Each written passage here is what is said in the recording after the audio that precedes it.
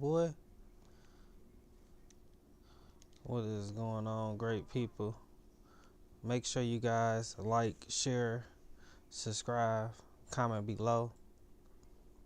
Should be coming on to the live. I do appreciate if you are rewatching this right now. We got to start with our motivation. Always start with the motivation. It's not even really motivation, it's just words that I need to hear sometimes. Start off with some good words. You know, we gotta fix a few things before, but I want to start off with some good words. And make sure you hit that like button, that subscribe button, and appreciate you definitely for watching.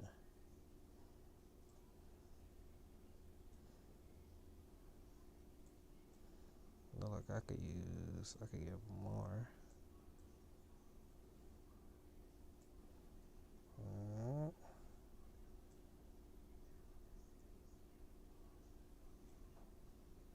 I could go over there more.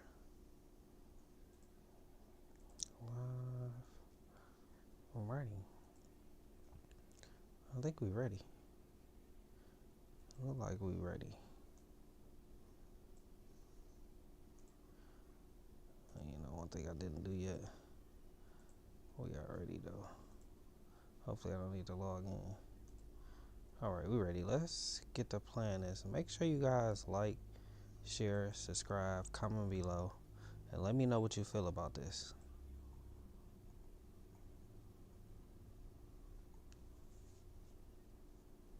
Is it playing?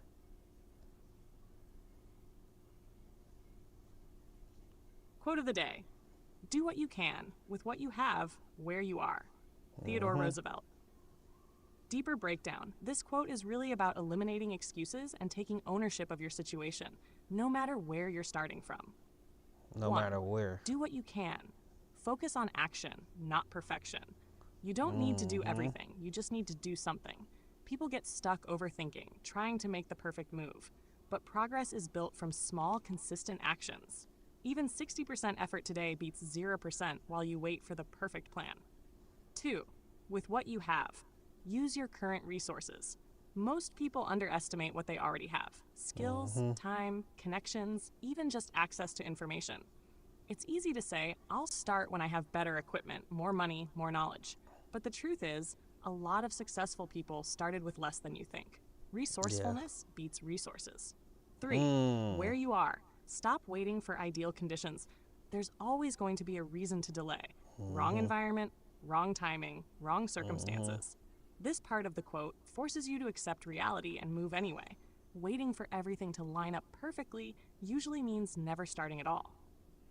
The bigger message: this is about momentum. When you take action with what you've got, you build confidence, skill, and opportunities over time. Action creates clarity, not the other way around. Real life example. Someone starting a YouTube channel might think they need expensive cameras, a perfect setup, and a big plan. But following this mindset, they start with their phone, basic editing, and just begin posting. Over time, they improve, and that's how growth actually happens. If you want, I can give you quotes specifically tailored for your YouTube content or audience vibe. Yeah, now that is fire, and I just want to drill this in my own head every day. Stop waiting on everything to line up. Like yesterday, I could have probably went live with what I had, the stuff I had, instead of trying to look and search and find everything. Like, I don't need to have everything. I don't need to have everything. Oh, okay, I want 12 videos plans out. I don't need to have that. Whatever you got, just go at it. Get some if you got to, but you gotta, you gotta start where you at sometimes. Like, and then at the same time, I can't be mad at myself for not being able to go live every day, because that's not an easy thing. And then it's new that I gotta tailor it into my life. But I don't like restarting. I like to keep the, like it's saying, keep that momentum going. Just keep the flow going.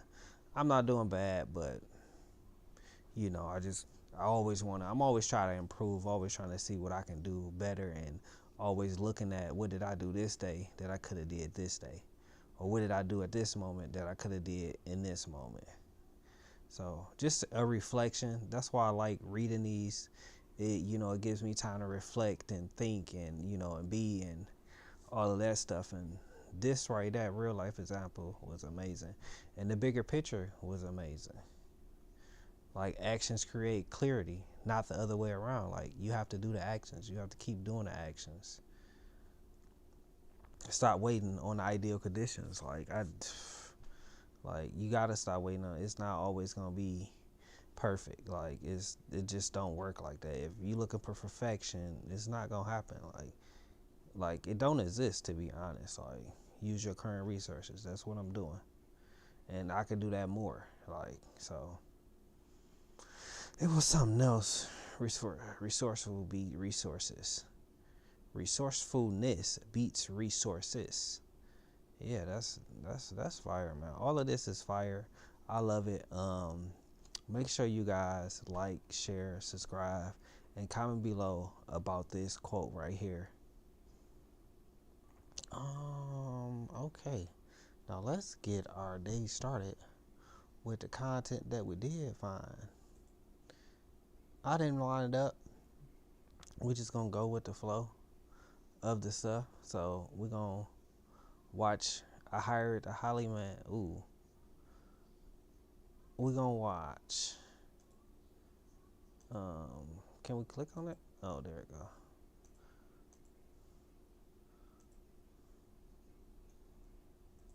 There is a lot about the Guys, today, make sure you guys, we're gonna watch I Hired a Hollywood stuntman to lose to me in a fight. So make sure you guys like, share, subscribe, comment below. We're gonna watch this video together. Let me know what you think. We're gonna react to it. isn't actually that fun, that I have now automated away almost. Everyone in this pub. We about to watch this guy Max hire a Hollywood stuntman to lose to him in a fight. We might skip past it a little bit, but make sure you guys like, share, subscribe, comment below any other video you guys want me to react to, and let's enjoy it. Is a Hollywood stuntman. They're all about to start on me in a bar fight right in front of my friends. I wonder if your friends will really believe, or if they gonna jump. See, my friends, it's probably gonna go down. That's why I couldn't do something like this. I gotta see what he gonna do, but me and my friends, the friends I do have, it's probably gonna go down. How do I know this? Well, because I've been training with these stuntmen for the last week, and we have choreographed every move. Can I hit someone over the back with a pool cue? But why am I doing it specifically in front of these four friends? Well, you see, last year I took part in Clash of the Comics, a wrestling event at the Hammersmith Apollo where comedians step into the ring and beat each other up. I lost my fight, and my friends wouldn't let me hear the end of it. Not at all surprised that you lost your fight. I don't think I'd back you in any form of fighting. Oh, really? So, to prove them wrong, I'm going to stage a fight right in front of their very Let me prove it. Let me see if you're not gonna help me out. eyes and Comment below if you guys will help y'all friend out. win. Comment below if you guys will help y'all friend out in the fight, or would you let your friend get beat up? Right, where do we begin? But would they believe that I was a real-life tough guy, or had I taken things a little too far? I need to tell you about my four friends, because they have wronged me. Johnny, Anna, Charlotte, and Zach. They all came to the wrestling like very supportive friends. Max the Dodge Fart walking around in a three-piece suit with all the arrogance of his ancestors colonising my ancestors. But it's what they said after the wrestling that I take umbrage with. Because Johnny said this. Not at all surprised that you lost your fight. I don't particularly think I'd back you in any form of fighting, apart from maybe like jousting or fencing or whatever you did at school. And the other three decided to like the message. That's crazy. Let me know if y'all like, share, subscribe, comment below. Would y'all help y'all friends? Now that has made me very, very cross. So this is what I'm going to do. Step 1. I'm going to hire some stuntmen. I want the best of the best, not the ones that you get from TV. We gotta get to the Step point. 2. Choreograph the sickest fight scene, where I, specifically, look really, really cool. Step 3. Invite my mates down to the pub for some Cues that are going to be smashed over my back. My friends are going to be sat here. Oh, this is lovely. Selection of quite low budget fake CCTV cameras that I've hollowed out, and we're just going to hide as much. I know he want to show it, but I kind of want to. And it's just get as much coverage as we possibly can without them feeling. Which get destroyed when you get thrown into them. Yeah. Whereas we have lots of hard things we don't like. Paul, whilst the other two would be working as bar staff. And at 3 o'clock, right on schedule, the gang starts to arrive. First Zach, followed by Anna and Charlotte, and finally Johnny. Would you want a drink? I guided them to the table and started. It's like it's weird. It's like y'all went to a bar where nobody, like, is it other people there? I guess it's a couple other people there. Like, it's a little small bar. Like, that's weird. I don't know. Getting the drinks in. Now, they were totally oblivious to the sugar glass bottles dotted around the bar and the massive fake door right next to them. A door that I'd be kicking somebody through relatively shortly. DJ and I had come up with a signal where when he placed 3 bottles on the bar, it was go time. I'll put these 3 bottles on the tray here. And so whilst everyone was chatting, I was constantly checking. My friends were catching up, enjoying some beers. You can't be doing that. None the wiser that the men pulling their pints were actual Hollywood stuntmen. And the poorly played pool game hadn't tipped them off either. While still playing it cool, I spotted the all-important signal.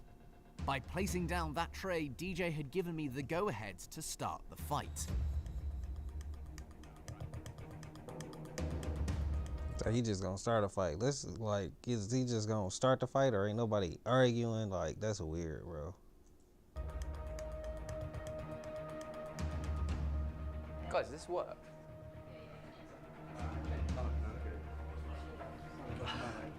Right? You don't need to be such a dick about it. The commotion by the jukebox had worked, and all eyes were on me.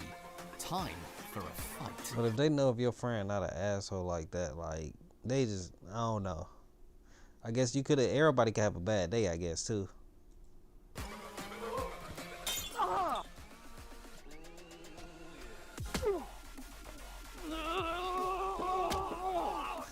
Bro, they just sitting there. Like, what type of friends? Bro, they just literally sitting there. Like, you go leave your friend. Like, even when, like, as soon as I would have seen the guy looking at him crazy, like, come on, bro.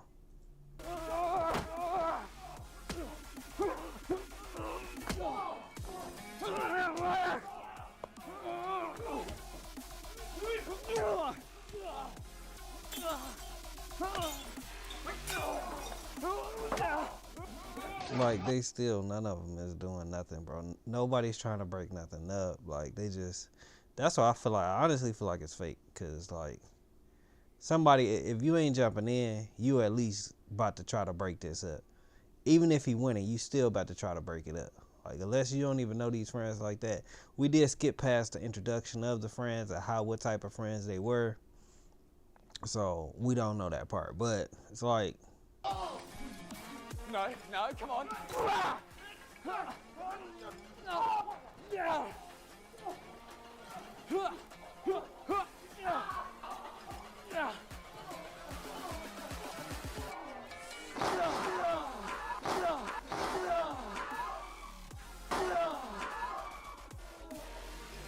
And of course, no action scene is complete without the cool guy. and look, he see the bed right there.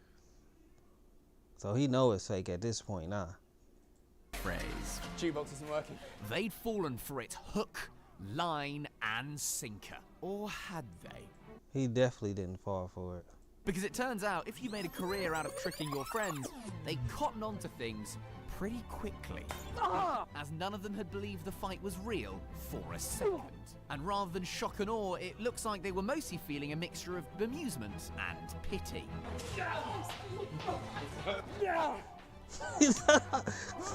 See, I guess they knew it wasn't real. You know about this is the longest fight ever. Yeah, this is. I, on the other hand, was so engrossed in my training that I hadn't realised that they didn't believe me for a second.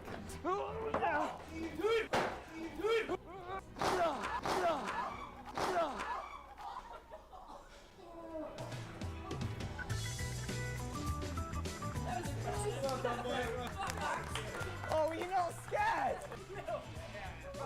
And then you picked up the bottle. Yeah, that's right, okay.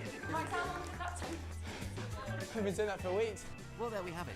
They might not have enjoyed me wrestling. The only way I can win a fight is to fake it again. But at least they got to see me kick the ass of 3 burly men. Not texting you. Man. Are you Marsha? Well, that was that. I mean, I am. They knew it was fake too. Thanks for meeting Cause me here. I'm like, bro, this Usually look like they think it's fake. Like that looks they fake. All right. I can't stay quiet. TMZ. We can't get distracted with other videos. We have to look at that. All right, let's get into the videos. All right, guys. She said, no man wants to be around my kids. Make sure you guys like, share, subscribe, comment below. This topic is gonna be a crazy one. I didn't watch the video, so we all watching it together right now. Bruh, at this point, I don't have nobody to to, so I'm gonna just come to y'all because I be knowing that like y'all give me support, but I swear to God, like I really just have to break up over my because I'm a single mom and I have a 4-year-old son, and I feel like if I bring my son with me, meanwhile we've been together like 8-9 months, whatever, and not most of the time it's. And honestly, that's why I feel like this is kind of dilemma. It's like some people don't want their people to kind of meet their kids early, but 9 months, I feel like that's a long time. A lot of talking. I feel like honestly, like a month or two, you should kind of slowly but surely, even if you don't bring your kids around, you need to see how they are with kids, or you just gotta slightly be asking the questions and stuff like that. You gotta kind of know. 9 months is too long to not bring somebody around to kind of, especially if you're trying to build something like. Cool, but one thing about it, I don't really play about my baby, and it's really nothing, but I noticed like, and no, you shouldn't play about your kids. Like microaggressions and like micro little things, like when I be like around my, and it's, I really feel like I'm tripping right now, and I don't know, like maybe it's just my discernment. And two, that's why we can finish. I feel like when I people like being annoyed with my baby or anything that has to do with my son, we get the gone, and that could be as simple as like. And you should, because some people not used to being around you and your kids. So some people not gonna know how to do it. So you gotta kind of, and then sometimes you shouldn't even bring your kids around some people. Like honestly, if they don't got kids, sometimes you know, unless you know them, even when they don't got kids, they not gonna understand it either way. So people like that, you bring them, you let them come to your house. So it's more comfortable. 9 times out of 10, if somebody don't got kids, I feel like you shouldn't even bring them to their house 9 times out of 10, because their house not even set up for your kids. That's my opinion, but I don't feel like you even should, because your house not set up for them. So 9 times out of 10, they gonna get annoyed quick. He's loud and like, yeah, you gotta go to work in the morning, but he's 4 at the same time. So if you want to be loud and play with toys, okay, that's cool. But you don't have no kids, so you don't get that. What the And I noticed that like his background noise. No, he gotta go to work in the morning, and you need to respect that, and your kid gotta respect it too. Like, so y'all gotta settle down. And two, that's why I went back to what I was saying. Like, let your kids be at your house with you, and he come over, and then it's like, hey, be loud, go home, and get your rest. Me at this point, but low-key, like what I really noticed is like, bro, like this really revolved around my whole life, and I don't know if like other moms feel like this, or maybe it's just like because I'm a good mom, which I know I am, but people always tell me that because I'm always speaking about how I don't do that, or I don't do this because my son, or like I don't hang out with certain people, but that's really the truth. Well, I don't mean if you're a good mom, people tell you you're a good mom. I'm surprised he ain't said nothing yet. He just listening. Y'all might be telling him to let the video play. Like, I feel like 9 times out of 10, wherever doors I walk in, I'm gonna have my baby with me. Okay, cool. Like, I don't got no problem with that. We're gonna figure it out. But I'm never gonna have him somewhere that he not wanted, or somewhere that like people annoyed with him or something. Like, I just don't. Why she sound like she about to cry though too or something? Like, I think that's just her voice tone, but play about that, bro. Stay in control. And we will get next day an ad. delivery on most orders. And you shouldn't play about your kids, but that's why you gotta bring them to your playground. I low-key feel like this a lot because I really don't have no friends. Like I don't have nobody, but at the same time, it's gonna be worth it. And it's crazy because like I'm sad about it, but when it come about mine and my son, I swear to God, like I don't know, like I don't even have no tears, but I'd be like sad. No, I don't have no tears when it come about mine. Like I can't even talk crazy in here because we're in the backseat. We couldn't drive home right now. Like Number one, the first. Yeah, that's why I said that. Hey, you know something? Reacting to, which is funny. I should do it sometimes too. But reacting right after it happened is a good and bad thing. You get the real full just it. That's how you trend when you get that first reaction. First question that I have to ask myself, because there's a lot to unpack here before we move on to the next video, is why do y'all talk with run-on sentences? You know it's okay to pause, put a period or exclamation point, or even a question mark in between those sentences. This motherfucker is hilarious, bro. Cause she's mad. Everything is getting out right now. Like this is why I was just saying it's good and bad to do it right after. You getting a real raw feeling because it literally just happened. That's why I say like, why do it sound like she crying? You don't have to say like, but, and just keep on going or none of that stuff. All right. So that's the first thing. The second thing, and you know, in this story, it caught my eye when she said, I know you got to get up and go to work in the morning, but he's 4. Like he should be able to play with whatever it is he want to play with. What? You see, when you see these women and they having these conversations, and I'm sympathetic to her plight, but this is the bed that she made and she got to lay in it.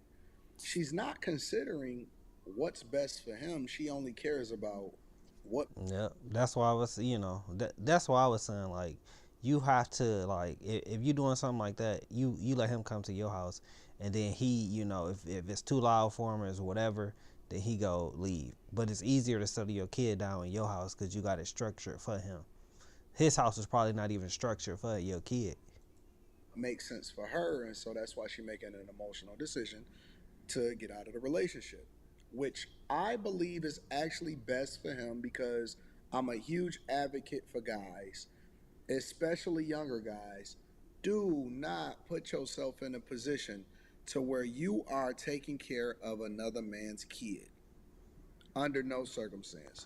And yeah, I agree. I ain't gonna lie with that, but I'm on the other side of, love is love sometimes, and it just happened. But he is got some. That's a huge responsibility. That's huge problems that come with that. That's a lot. That's a lot of stuff that come with it. But I ain't gonna say if you found somebody that match your vibe and that's it that you working with, don't mess with her because she got a kid. This is not a diss to her. This is not a diss to single mothers. And I hate the fact that I got to preface what I'm about to say by saying that. But why? Again, because I know y'all looking at it from what's best for you, because you're going to do what's best for you in the same way that she's doing what she feels is best for her son, because she's not considering that this guy is going to be restless if your kid that's not even his is making noise and playing with toys while he's trying to rest and get ready to go to work in the morning.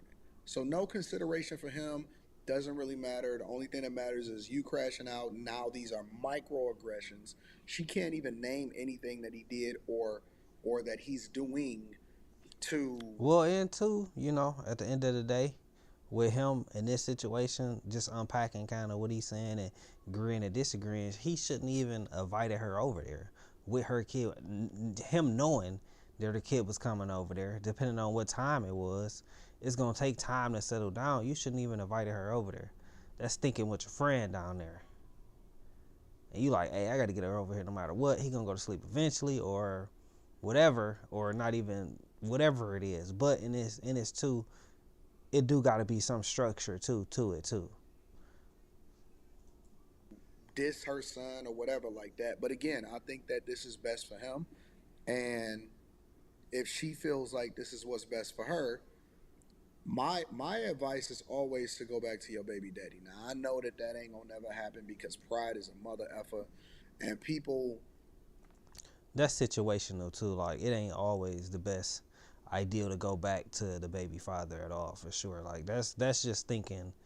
I Try don't not to agree. curse. And people, a lot of times wait too long, and by the time that they figure it out, the guy done probably moved on anyway. And then a lot of times they also have children by guys that's less than ideal, but then they try to make it seem like, oh, I'm a great mom. And that's cool. I don't think that you should get credit for being a great mom. That's expected. It's almost like a guy getting credit No, for taking care of his kid. that's for sure. You're supposed to do that. You're supposed to do that for sure. You brought the kid into this world. You're supposed to take care of him. But I just think that she's being a crash out. She's being completely unreasonable when it comes to taking into consideration what somebody else has to go through. And again, this is the reason why I believe that people need to go back to their child's father, or their fathers need to go back to the child's mother. And you Well, that's situational though. I do seeing what he's saying, but he not looking at all situations. He looking at just certain situations. Like the real thing is you should have made sure you picked somebody that was gonna be able to, help you in this situation. And then when you want to go out, like I said, that person needed to come to your house, to your standards, to your house where your kid is at. You don't need to bring your kid to somebody else's house, because it creates a mess. It creates that person's house and that person's setup is not for your kid. It's for him. So yeah, a 4-year-old is not easy to settle down, but I have a 4-year-old actively now, so it's not hard to settle her down. But I do understand they do need some room to kind of play depending on what time it is. And if she just got over to his house and they drove there, he took a nap in the car, good luck to you to getting them to settle can't down. subject somebody else to your trauma and your circumstances because you feel some type of way. They don't have to prioritize your kid. That's not their kid. They didn't have them. It is not. But if they're in a relationship with you, don't pick to be in a relationship with this person if you're not gonna prioritize. Them two is a package deal. Their responsibility. Now, if they decide to, that's where we differ at. Marry you, then they take that on as a burden because you come as a package deal. I don't like package deals. I feel like you come out as a package deal either way. I don't feel like it's all the way you wait to the marriage is a package deal. I feel like it's a package deal from the beginning. I like a la carte. I like one-offs. But the point is that you're not considerate of him. You don't care about what he got going. What he got going on. You're not caring about his feelings. If he got to get up and go to work in the morning, none of that matters. The only thing that matters is how you feel right now. And well, honestly, I think she did, because she left. She left. So it didn't work and whatever. So she like, shit, I'm going to leave and you can get your sleep. And that's why you in your feelings and why you in your emotions and why you making the decisions that you're making. And again, I think that people should be able to do what they want to do. But at the same time, I don't see anything in this story where she describes something that he did wrong. I see something that she described that she did wrong because she's inconsiderate, and you should not have to be taking care of another man's kids. And, here's another question, and then we're going to move on. It's a lot to this that's not unpacked for him to really even come to that conclusion. This is more so of a bigger topic that he's talking about than just this one thing, I feel like. How are y'all having children with no community? No help, no aunties, no none of that, whatever. And see, that's the thing. Like his vision, he only had a community. It's a lot of people in this world that don't have a community, and they, people do people stuff. They had kids, and that's what happens sometimes. Not married, none of it. Just winging it, just having children, and we just gonna figure it out from there. That's just the end of it. That is a wild concept to me because, as a person that I would say that I've generated a significant amount of resources, and I have a phenomenal community around me and great friends and family and all of that stuff. It's still hard, and I only have. Yeah, but and two, everybody not you. So, and you got to realize that in everybody's situation not gonna be your situation. One kid, and obviously, I'm still married, and my daughter has grown to be phenomenal, and we are about to take multiple different trips. I've taken her across the whole world, it's a lot. It's a lot raising a child. I don't know how y'all doing it without no community, but y'all the MVPs. I didn't really realize that when you're a single mom, people just automatically expect you to want to date a man that also has kids. I was talking about it last night with my whole family because I was like, oh, well, maybe next year, like, I'll have a boyfriend. Yeah, about that, I don't. Well, I do understand why people expect you to have, you know. I agree and disagree because that's the easiest way, so you can see how they around their kids, and it's an easy, and that person understand. Like, I feel like it's a package from the beginning. If you know she got kids, then you know that's a package deal from the beginning, and you know you're gonna have to accommodate that. Go on a double date with my brother and my sister-in-law, and then I started talking about how I don't want to be with a guy who also has kids, and they were like blown away by the concept because they're like, well, you have kids, and I'm like, I know, I'm not saying that I don't love kids because I absolutely adore kids, but in my soul, I just feel that I will not end up with a man that also has kids. If that changes and I fall in love with a man that happens to have kids, okay, never say never. I would prefer to date a man who absolutely loves kids but doesn't have kids of his own. And to be honest, I don't even know if them two really go together like that. They do, but I honestly don't think they go together, to be honest. Like, she may feel like she's seen it, but I don't feel like them two go together. Plenty of other single moms who end up marrying men who do not have kids of their own. Also see a ton of women who end up marrying a man who also has kids, and then they have a blended family. Like, it's just personal preference, but I'm just shocked that people are shocked when I say that, because I'm like, why do I have to date a man who has kids just because I have kids? I don't think that these women care nothing about y'all, bro. They genuinely don't care anything about y'all. Every decision. I agree with him actually on this. From most of these videos are always selfish decisions. They don't care about your well-being. What are you talking about? What kind of nonsense is this? You can have whatever preferences that you want. That goes without saying. And I feel like that's the issue. You're looking for, like, when people look for certain type of stuff, that's where all the problems come in at, because you're trying to box in this one group and try to find what you want in this one group and wonder why you can't find it. I want a guy that loves kids but don't have kids so that he can take care of your kids, and then y'all could be one happy family. What is this pre-made, prefab houses, prefab relationships? Where did it even come talking from? about? What kind of selfish nonsense is that? Man, look, bro. My option 1 and option 2 is always gonna be this. Number 1, if you can, make it work and go back with your child's parent. Go back, figure it out, make it work, get married, learn how to work together, put it together. It ain't about you. It ain't about how you feel. It's about what's best for the child. And ultimately, you're going to find out that most times, that's what's probably best for you anyway. That's number 1. Number 2. Then that's why you gotta pick that spouse right. Like, if you don't do that, you will make life so hard. Work very, very hard. If that don't work, then work very, very hard to co-parent beautifully, and until your kid get bigger, you probably need to stop introducing new people to your kids in the first place and just focus on, you know, all of that. I'm not a fan of all of these people with putting together new stuff, and I've lived life. Yeah, no, I agree, but at the same time, it's like I'm more so on a. I've seen too many, you know.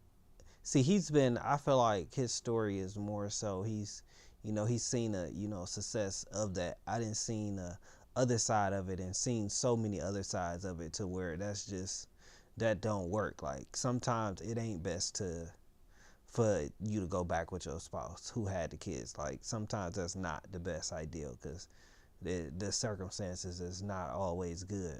The first step is to pick the person you had kids with right first. I feel like that's the main step.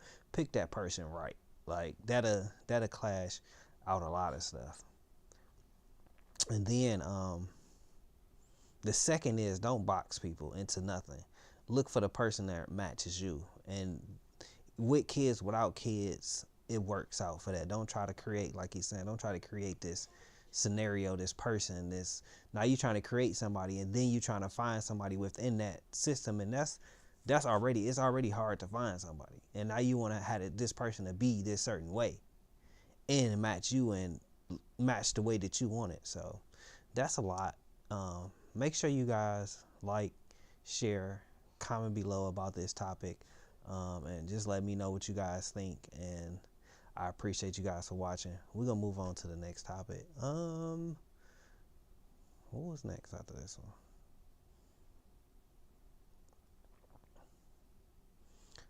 What this streamer did was disgusting. Yes, bro.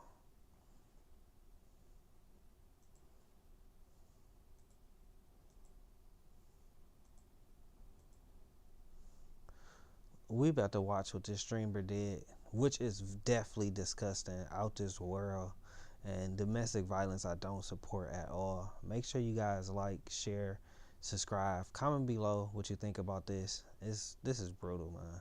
I got no wacky intro for you on this one. We're going to be covering a degenerate scumbag streamer who appears to have beat his wife on stream, and now, like, it's not supported. Like, there's no reason to at all, man. Just since it's blown up, he's trying to use a Jedi mind trick to convince everyone that their eyes were wrong, that you had a malfunction.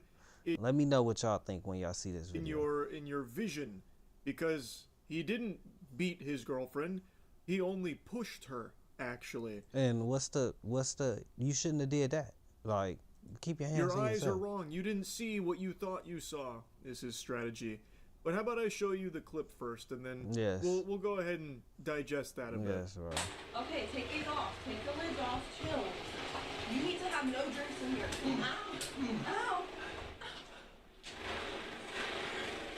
Like, you crashing out that much, like, it's no reason to crash out. Like, y'all be crashing out for nothing.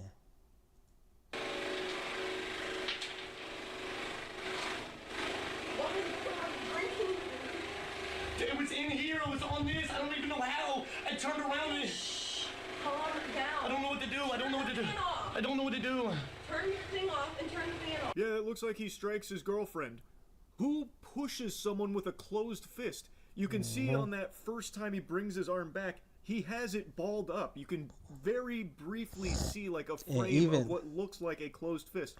Who is pushing someone like that? And also, she responds to the very loud noise that sounds like a hit. And it's definitely sound like a hit, like a ow, ow, like that's crazy. By saying ow. She says ow twice, both times after he thrusts his arm forward towards her. So if it wasn't a punch, it was a slap. Then what was it? Like, tell us. Like, that's... Either way, he is striking his wife. Like, he's trying to claim that it was just a push, which... by the way, is also a really fucking weird defense too. It's like, no, I don't hit my wife, but I push the fuck out of her, actually. I push her so... And what's the difference? Like, is it a difference between pushing and hitting? And like keep your hands to yourself. Like, really, you need to calm down. Like, calm down. It's not, what's that serious? You are live. It's people that's not here. And you crashing out about something that just happened on a computer, that something that just spilled or something. Like, you gotta crash out for that? Like, it's crazy. Ow. Like, literally, and you hear her. I think it's pretty obvious. Now, I'll go ahead and show you his response to it, where he tries his best to convince everyone that they're wrong, and he doesn't hit his wife in the face, specifically, is what he clarified. He doesn't hit her in the face. And that like, what actually happened is that he pushed her. And actually, he pushed her to save her life, actually, because her fingers were caught under the PC, and it was that's what was hurting her. That's what was making her say, ow. And him being so brave and courageous, he pushed her twice, just like twice to do in order to, you know, keep her safe. His pregnant wife, by the way. They're saying, like, the grunts make it look bad, like the way I was grunting. Brother, I promise you, brother, I don't know what else to say. Like, it's literally like... And people just lie with a straight face, bro. People just... The way that people lie is just crazy, man. No, I grunted in that. I mean, I grunted, but I wasn't hitting her, bro. I pushed her. That's the only thing that I did.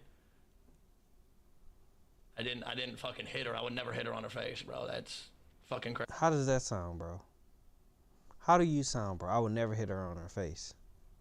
So you'll hit her anywhere else, but her face is the limit. Like, that's my limit. I'm not hitting her in the face. Bro, that don't make it no better. Crazy. She was not crying afterwards. What the hell, bro? She literally was like, She's not crying, so it don't matter. Literally, she was not crying. She just literally said, turn the fucking thing off. Bro, what I was saying is, if I hit her, she would have been like, yo, what the fuck? Why'd you do that for? What'd you hit me for? It wasn't one push. It was one push, bro. It was literally like... It's so fucking ridiculous. It's like, ridiculous. What he's trying to pull here, it relies solely on people being dumb enough, delusional enough, or just genuinely not caring enough to form their own thoughts on what they can see and hear in the clip, and will instead just take his word for it. The word of an embarrassing cringe fungus that can't stop raging anytime anything happens to him in his goddamn Call of Duty. Why is you raging? Like, isn't nothing that you can yell a little bit, but bro, you don't need to do the stuff that's about to. This guy flips out constantly, and then he starts becoming Donnie from the Wild Thorn. That's the thing about the internet, bro. You can lie all you want, but the facts tells itself all the time. Facts is the facts. Berries, and then like going crazy and just like punching and throwing and destroying things around his room. He has so many fucking rage moments, and in one of them, he even like charges at his wife again. But in that instance, he doesn't appear to hit her. Instead, he just like body bumps her, or going for like some kind of like chest bump on her as she tries to check on him to make sure that he's still okay and hasn't given himself some kind of fucking aneurysm or blown a gasket. You fucking stupid! Oh my god, you just got me banned. You just got me banned. You just got yourself banned. You just got me banned. You just got me banned. You just got me banned. You got me banned. You just got me banned, dog. You just got me fucking banned. Stop! You're shit. You're gonna ruin your. I don't care. I don't give a fuck anymore. You just got me banned. You just got me fucking banned. You just got me banned. There are just so many clips just like this one of this fucking loser. It became his shtick. Like, I'm pretty sure he tried to make this his whole brand image. I can find clips just like this. Why would you want this to be your brand? Are you crashing out? Like, this is the definition of do anything for content. But this not even doing anything for content. He just such a weak person. That's just what he got to do. That's usually how it goes. Always just freaking out constantly because he is just a maniac. Like, I don't even know how he found this though. Like, how are you finding this stuff? An actual lunatic person who needs to be institutionalized.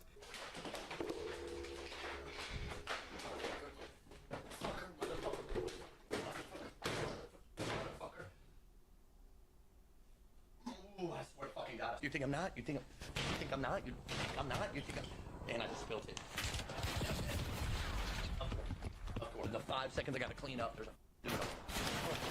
Please, on God. I don't know where my remote went. I don't know where my remote went. Like, okay, bro. Oh my God. You acting like your life is on the line. Your life not even on the line. What do I do? Chat, please help me, bro. I don't know what to do. I don't know what the fuck to do. I don't know what the fuck to do. I don't know what the fuck to do. I don't know what the fuck. He's literally SpongeBob with the ripped pants. This is his one literally joke. I hesitate to call it that because he actually does just have this level of disorder where he can't control himself. He is just always having violent outbursts, but he tries to use it for his content on TikTok. Shit. And then I come in here, and then she comes in running after me. Then I pick up the PC. I put it on top of that PC. You see that PC right there? I put it. But she was already in there though, on a clip that we seen. Like, on top of that PC. All right, you understand? Let me put it in context, bro. So when she's standing there, I'm putting the PC on right here. Hold on, let me see. Wife, can you come and record this, please? Wifey. By the way, I just wanted before I'm talking about before I'm talking about everything else. Like, if I ever did hit her, which is insane, I would never hit my wife, and she's pregnant. She would have... It looks like you can see like the fucking mark in her face from where he fucking apparently hit her, you know? Looks like she's got a fucking black eye. Have stuff on her face. I mean, you could. So you guys can literally see. Like, what you turning around? It really does look like that. And You want to his come in the camera, explanation show here your of, I was face. stacking the PC on the other PC like Lincoln Logs. You see, that's what was happening here. And then my wife came in and I needed help, and then her fingers got caught. Like, in I there, don't so know how you had to figure start out them pushing her, lies. you know, in order to protect her. And she was saying, ow, like it was hurting her because her fingers are under the PC and it's really heavy. It's like tungsten. It's like a tungsten block. Very dense. Fucking 10,000 pounds on her fingers. I had to start just striking at her face to push her off of there. And I basically, with the cords attached, I was trying to pick up this PC like this, Jack, and I was putting it on this PC. You understand? On this PC that I just had. Nobody saw anything. Like, it was insane. This. Laid it flat like this. Then it got on her fingers. You saw it. It was in the corner of the screen. By the way, nobody saw anything. Like, it was insane. Man saw me use one arm motion. When did that happen? And thought I hit her. Like, it's insane. It's insane. Let's do a story time. I'll show you the clip. Hold on. She had her fingers right here. And she literally, that's when she was like, she couldn't get it on the PC. So I pushed her, and she literally was saying ow because of the fucking shit was on her fingers. It was literally on her fingers. This is like I don't know how much it weighs, but it was on her fucking fingers like this. The story doesn't make any sense. Makes no sense. She wasn't bro. saying ow until you threw your arm towards her, man. And you're saying you only pushed her once, but you can see your arm go towards her twice, and she says ow both times. The lore there, just trying to hope that you didn't watch the clip yourself. Bro. It's just ridiculous. Like man. The lies that people tell is crazy. I swear on my life, on my soul, I'm not an abuser. We are in a happy relationship, a very happy. We're literally Like, married. and you could kind of even see her face. That don't mean being y'all married. That don't mean y'all in a happy relationship. And we've been together for 5 years. Trust me, if there was something up, our whole family would know about it. I'm telling you. No, they wouldn't. I'm telling you, we are in such a happy relationship. She's gonna be talking about herself, by the way. I'm gonna be out of the room because I want y'all. I don't want y'all to think I'm being like that. The skin contact that you guys are talking about, where you're hearing it, Jordan was so freaked out in that situation, and I love him, and I've been with him for 5 years. Like, when Jordan flips out, like, I mean, y'all have seen him many, many times. I mean, if he punched me, I mean, it would be very obvious. I'm very pale. Be very obvious if we see it on your face. Literally hit me or something. So. She's not really saying that she's not saying he did it either. What I normally look like all the time. She goes on to say that if he hit her, it'd be very visible, and that the mark on her eye is just what her eyes normally look like. Now, I haven't seen a picture of them. Like, that's, but they domestic violent, man. They be riding it out for a while. So, and and I know it. Like, it was happening to my mama. So, and she stayed with him for quite a long time. So, like, nah, and he obviously did it. You just trying to cover up for him. I don't know why. I guess because you got a baby with him, you feel like y'all got to stay together, but he's disgusting, man. Like, I don't even want to look him up or whatever. Like, that's disgusting. There's no reason to crash out or be that mad or be that angry, man. Like, it's nothing that should even get you to that point. Like, what got you to that point? So I'm gonna kind of end it right there. That part of it. Make sure you guys like, share, comment below how disgusted y'all are about that. And we can kind of move forward with that.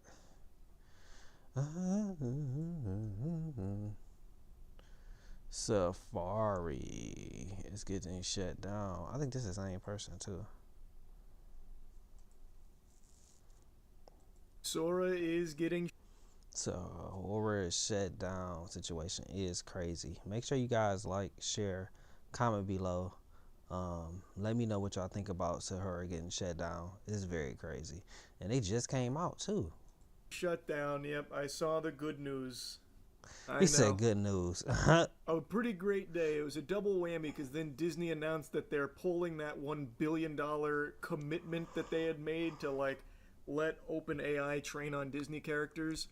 I did see that they're still tinkering with the notion of Disney having a strong AI presence, but last I saw, they're no longer doing the OpenAI deal. And that came on the back of them announcing That's crazy that they're getting shut down. Sora's shut down. A lot of business is getting shut down. A lot of stuff is getting shut down, honestly. Glorious. Finally something to smile about. OpenAI. I wonder why though. Why don't he like OpenAI? I never use OpenAI, to be honest. I think OpenAI is others, something like ChatGPT, but I'm not even sure. I might have used it and not know that I use it. Winding down Sora, the video generation app it launched to much fanfare last year that signaled a bigger push into creative tools and social media. OpenAI is shuttering the standalone app to focus. Probably Gemini, honestly, because that's what I use to kind of make a lot of my stuff. On other priorities, as we focus and compute demand grows, the Sora research team continues to focus on world simulation research to advance robotics that will help people solve real-world. Sora, I think, is that. Oh, Sora was that social media app. Physical tasks. Sounds a lot better than just a lot of shitposty Sora AI videos and AI-generated anime. Yeah, I downloaded the app for like one moment and I didn't go back on it early. God, it's such good news. I read somewhere, and I don't know if this is confirmed, that they were losing like $10 million a day on Sora. How was you losing that much money and that a day? Just put is a crazy. wet spot in my trousers reading that. You Oh, go ahead so and good. give me $10 million a day. This must be what it felt like when my grandparents watched the moon landing. Yeah. He petty. Yeah, I imagine it was much of this sensation. Oh, so good. We respect the OpenAI decision. We respect OpenAI's decision to exit the video generation business to shift its priorities elsewhere, Disney spokesperson said. We'll continue to engage with AI platforms to find new ways to meet fans where they are while responsibly embracing new technologies that respect IP and the rights of creators. Yeah, that's a bunch of fucking hogwash there, Disney. Can't wait for the AI bros to start tweaking. I doubt they're taking it that well, but who knows? Maybe they're being very understanding of it. Let's check the OpenAI subreddit. Let's see. No, even they don't seem to care all that much. Yeah, AI generation tools are like a hydra. You cut off one head, 4 more take its place. Sora was a big head to cut true. off, though. Yeah, that is good, no matter how you spin it. Now you gotta check out r/defending AI art. Why do antis do that? AI slop. Why did you come to an AI sub then? Probably just to make fun of you would be my guess, man. Yeah. These are like real Redditors. Like the quintessential Redditors. Just, I can tell based off this one meme as their top post. Holy.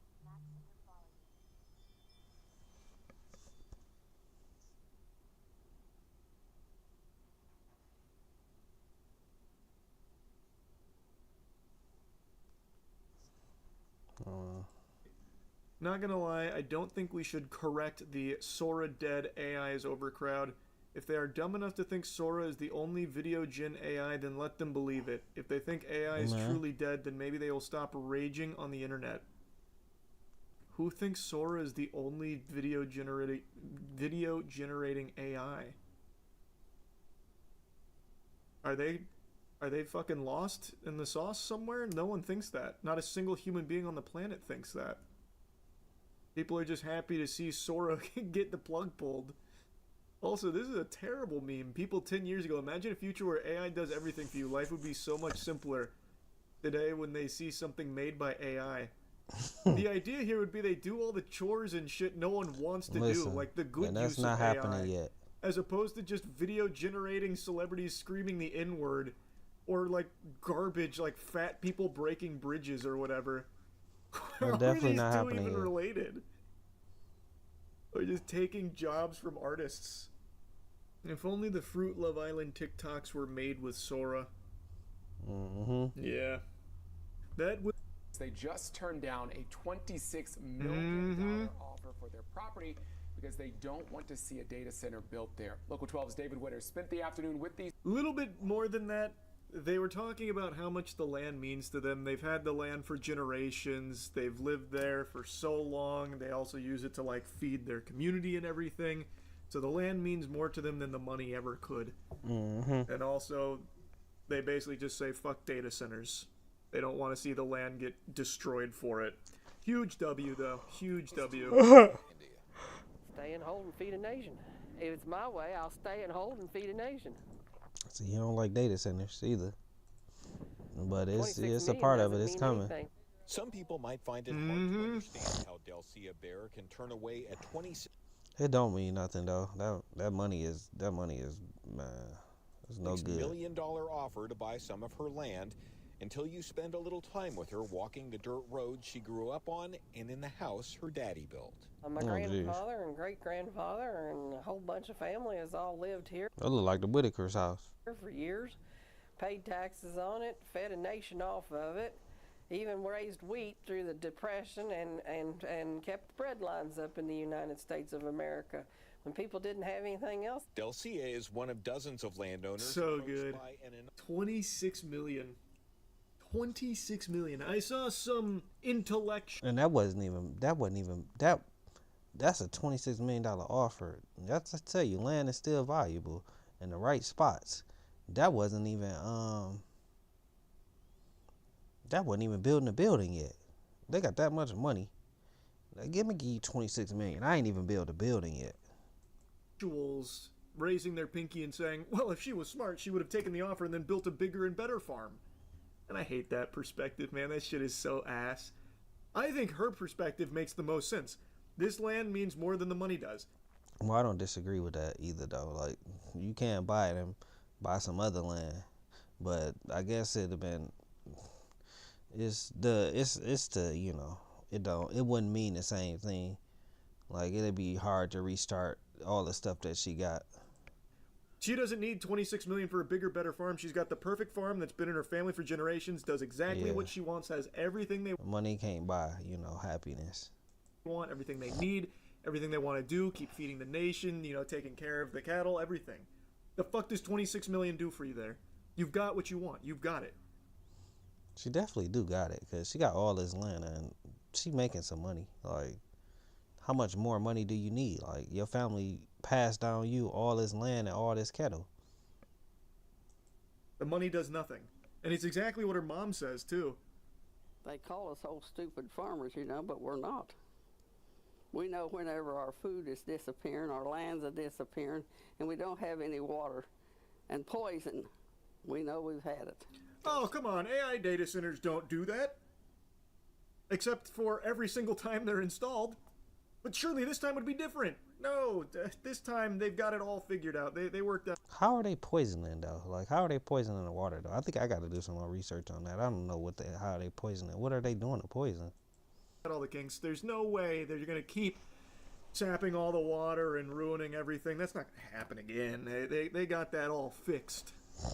Delcia's mom, Ida Well, so I'm guessing they're using the water to for the DTE and stuff. I mean, for the West Lane. Because they ain't got enough power source. Huddleston is now 82 years old. She says she does not need the money or the hassle. She was born on this land and she plans to die here. And she certainly does not trust the promises made by the AI companies or the people who want them to build here. What do you mean you don't trust the promises from the AI companies? Who's more reliable than these AI corporations run by... They're definitely not reliable. They don't even care.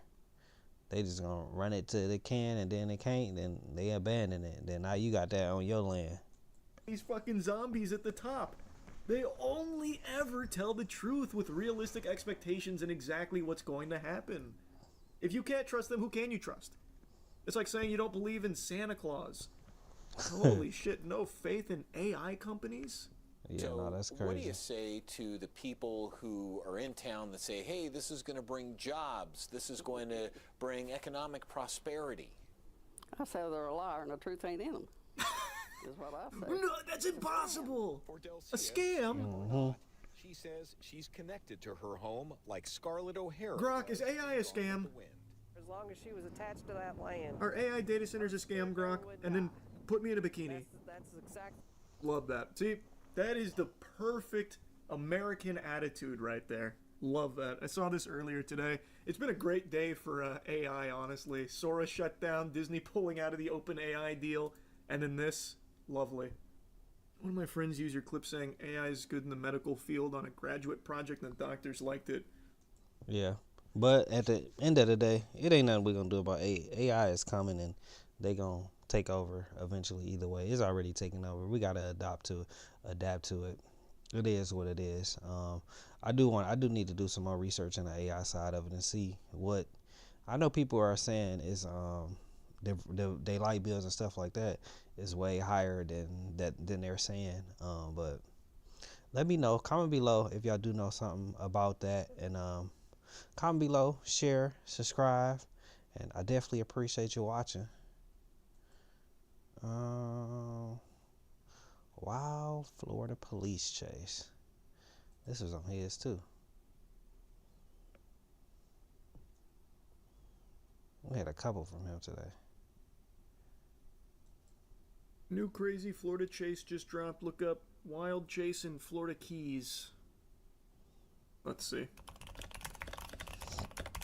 I bet this one goes crazy. 2 weeks ago from Scooper.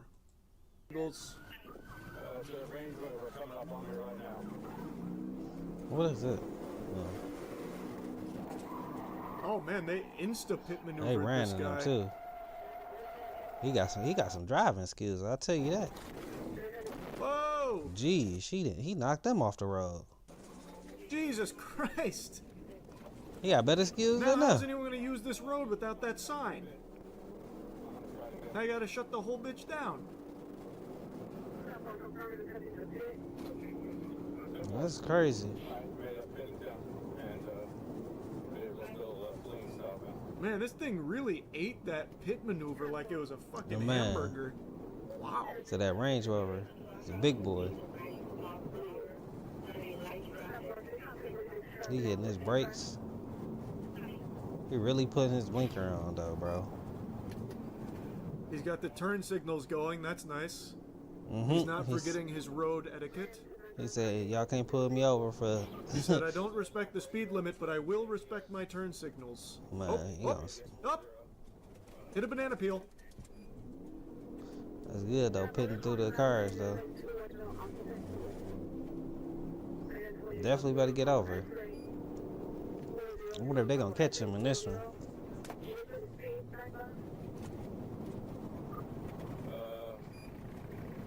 We're slowing down right now.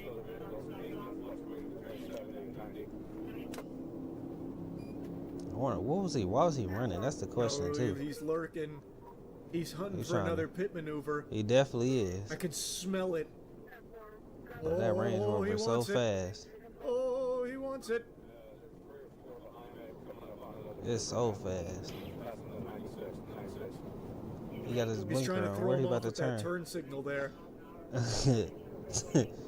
He gonna hit a crazy It's a turn probably ruse. eventually. Yep, Oh, he's he going got for him. it again. Nope, he's pulling off.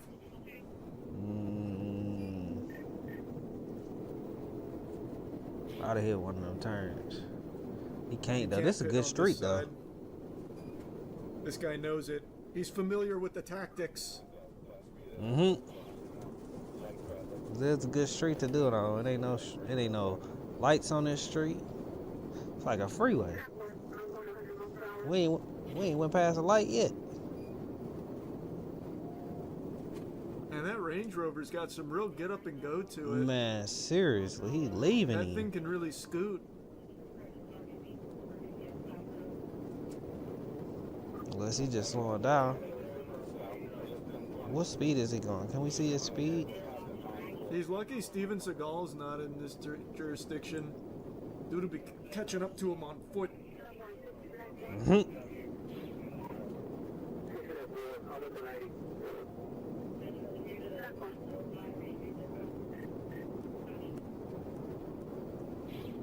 We still got his blinker on. Yeah, it's a force of habit to put that blinker on. But when you get I that think straight he's away, losing his bro. opportunity for a pit maneuver. It's getting pretty crowded now. Fire the harpoon.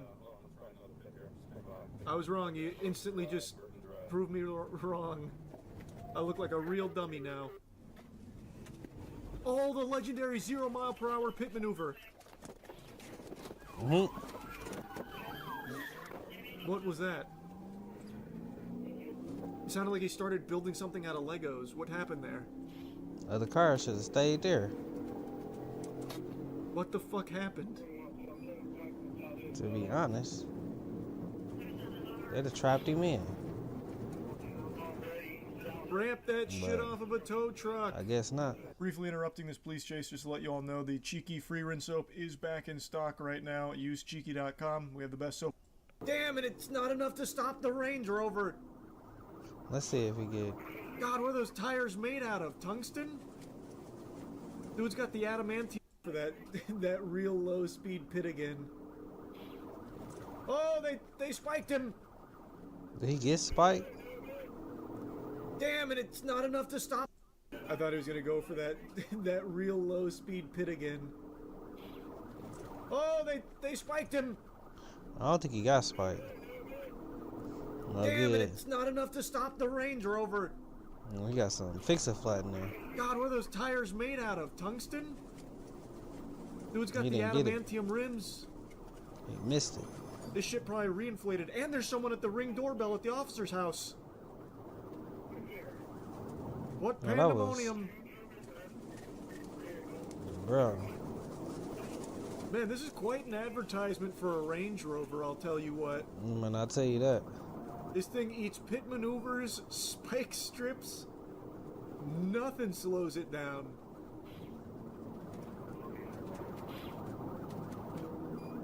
There's no way the Right. officer's gonna pit on this side, right? That'd be ridiculously reckless. No, there's no way. Is this off? Wait, is this guy insane? He is. He'd send him barreling towards oncoming traffic. He'd take out an innocent bystander. He thinking about it. Oh, He they're want to. splitting it. Did he? Oh, he pumped the brakes. Yep. I think he's losing speed. Yep.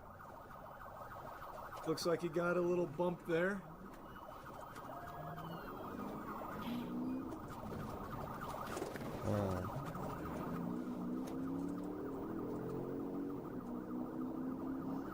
Definitely a crazy Man, this chase. was a really good tour of the Key Largo area. I feel like I've seen everything.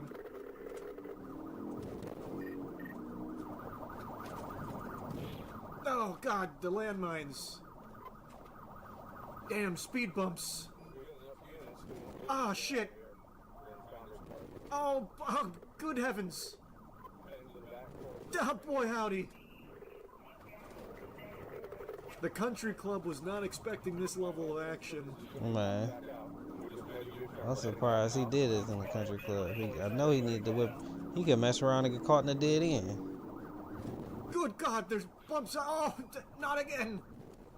He just left back out. The shocks can't take much more. You gotta get back on the highway. You know what he doing, I'll tell you Imagine that. the car drove into the water and turned into a sub. Yeah, imagine he hits the fucking submersible tech. Uh-oh. He's off-roading. Man just transported to Narnia back there. That's a parked tow truck. Someone ramp it off that bitch now. Well, he turned around. So he got to. Well, let's see. Man, the cop was not about that guy in that vehicle. I would be beyond pissed right now that the officer just wrecked my shit for no reason. No, not the boat! Oh, God, not the boat, too! Oh, they got him. I like that the officer tried to chase him on foot there for a little bit. Man thought he was Superman for a second. Oh, God! He said the officer tried to chase him on He's foot. engaging the afterburners! He's Yep. Hold on. No, they're squeezing him. That tire's completely gone. He's running on rims. This is probably curtains, right? Bro, he said, I'm not stopping, bro. No, they're squeezing him. They're putting the squeeze on him.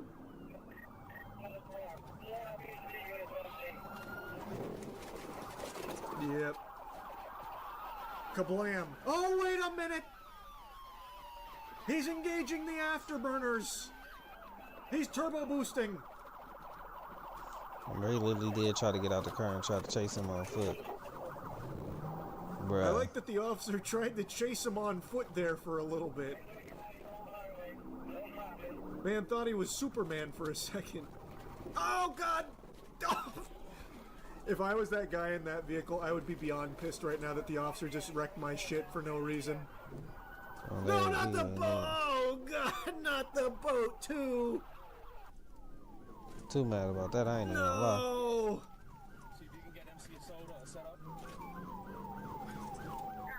Is this an instant replay or is this still going somehow? This has to be an instant replay, right? Just a different angle? Jeez, when that tire Yeah, it popped is. off. Yeah, we're just seeing it from the other officer's perspective, different POV.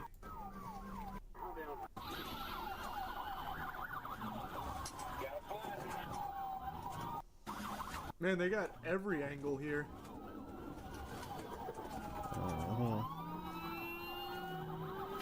That truck is desperately trying to get out of the way. He's like, oh, fuck. No, I've seen this movie before. Not my truck. Please, not my truck. There are no parts of y'all in this car. Leave me alone. According to a news source, the boat cost $250K and the owner bought it 20 minutes ago. Bro, I'm sure the officers will cover it. Yeah, Man. no doubt, no doubt. They'll personally reimburse him. I'm certain. It's on their to-do list. Just give them some time. Man.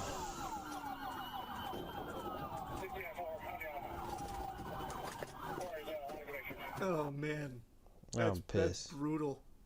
Shoved I'll be up so against mad. the lockers here, right into this guy's brand new boat. I'd be so mad. Dual prop boat, just getting manhandled, I ain't fresh gonna off lie. the lot. I'm so mad about that.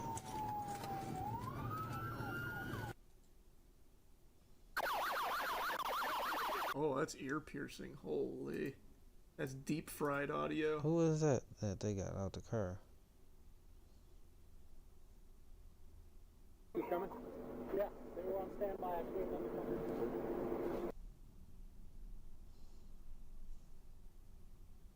Can I learn a little bit about this guy? Bring him into this vehicle for an interview. Over here across the street, like done. What do you mean? Like the engine? I don't know, man. Right between his gun, he hit me. I got in front of him and he T-boned me. Oh, shit. So crazy seeing how low this guy was. Oh, he's unbelievable. Holy shit.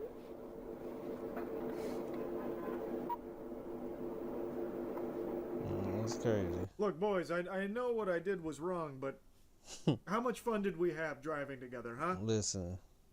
So on November 4th, deputies and state troopers said Christopher Brinkley, 23 of Great Falls, Virginia, crashed a rented Range Rover into a trailered boat Oh, it was in rented. Isla Mirada after authorities used... You talking about he crashed? Yes.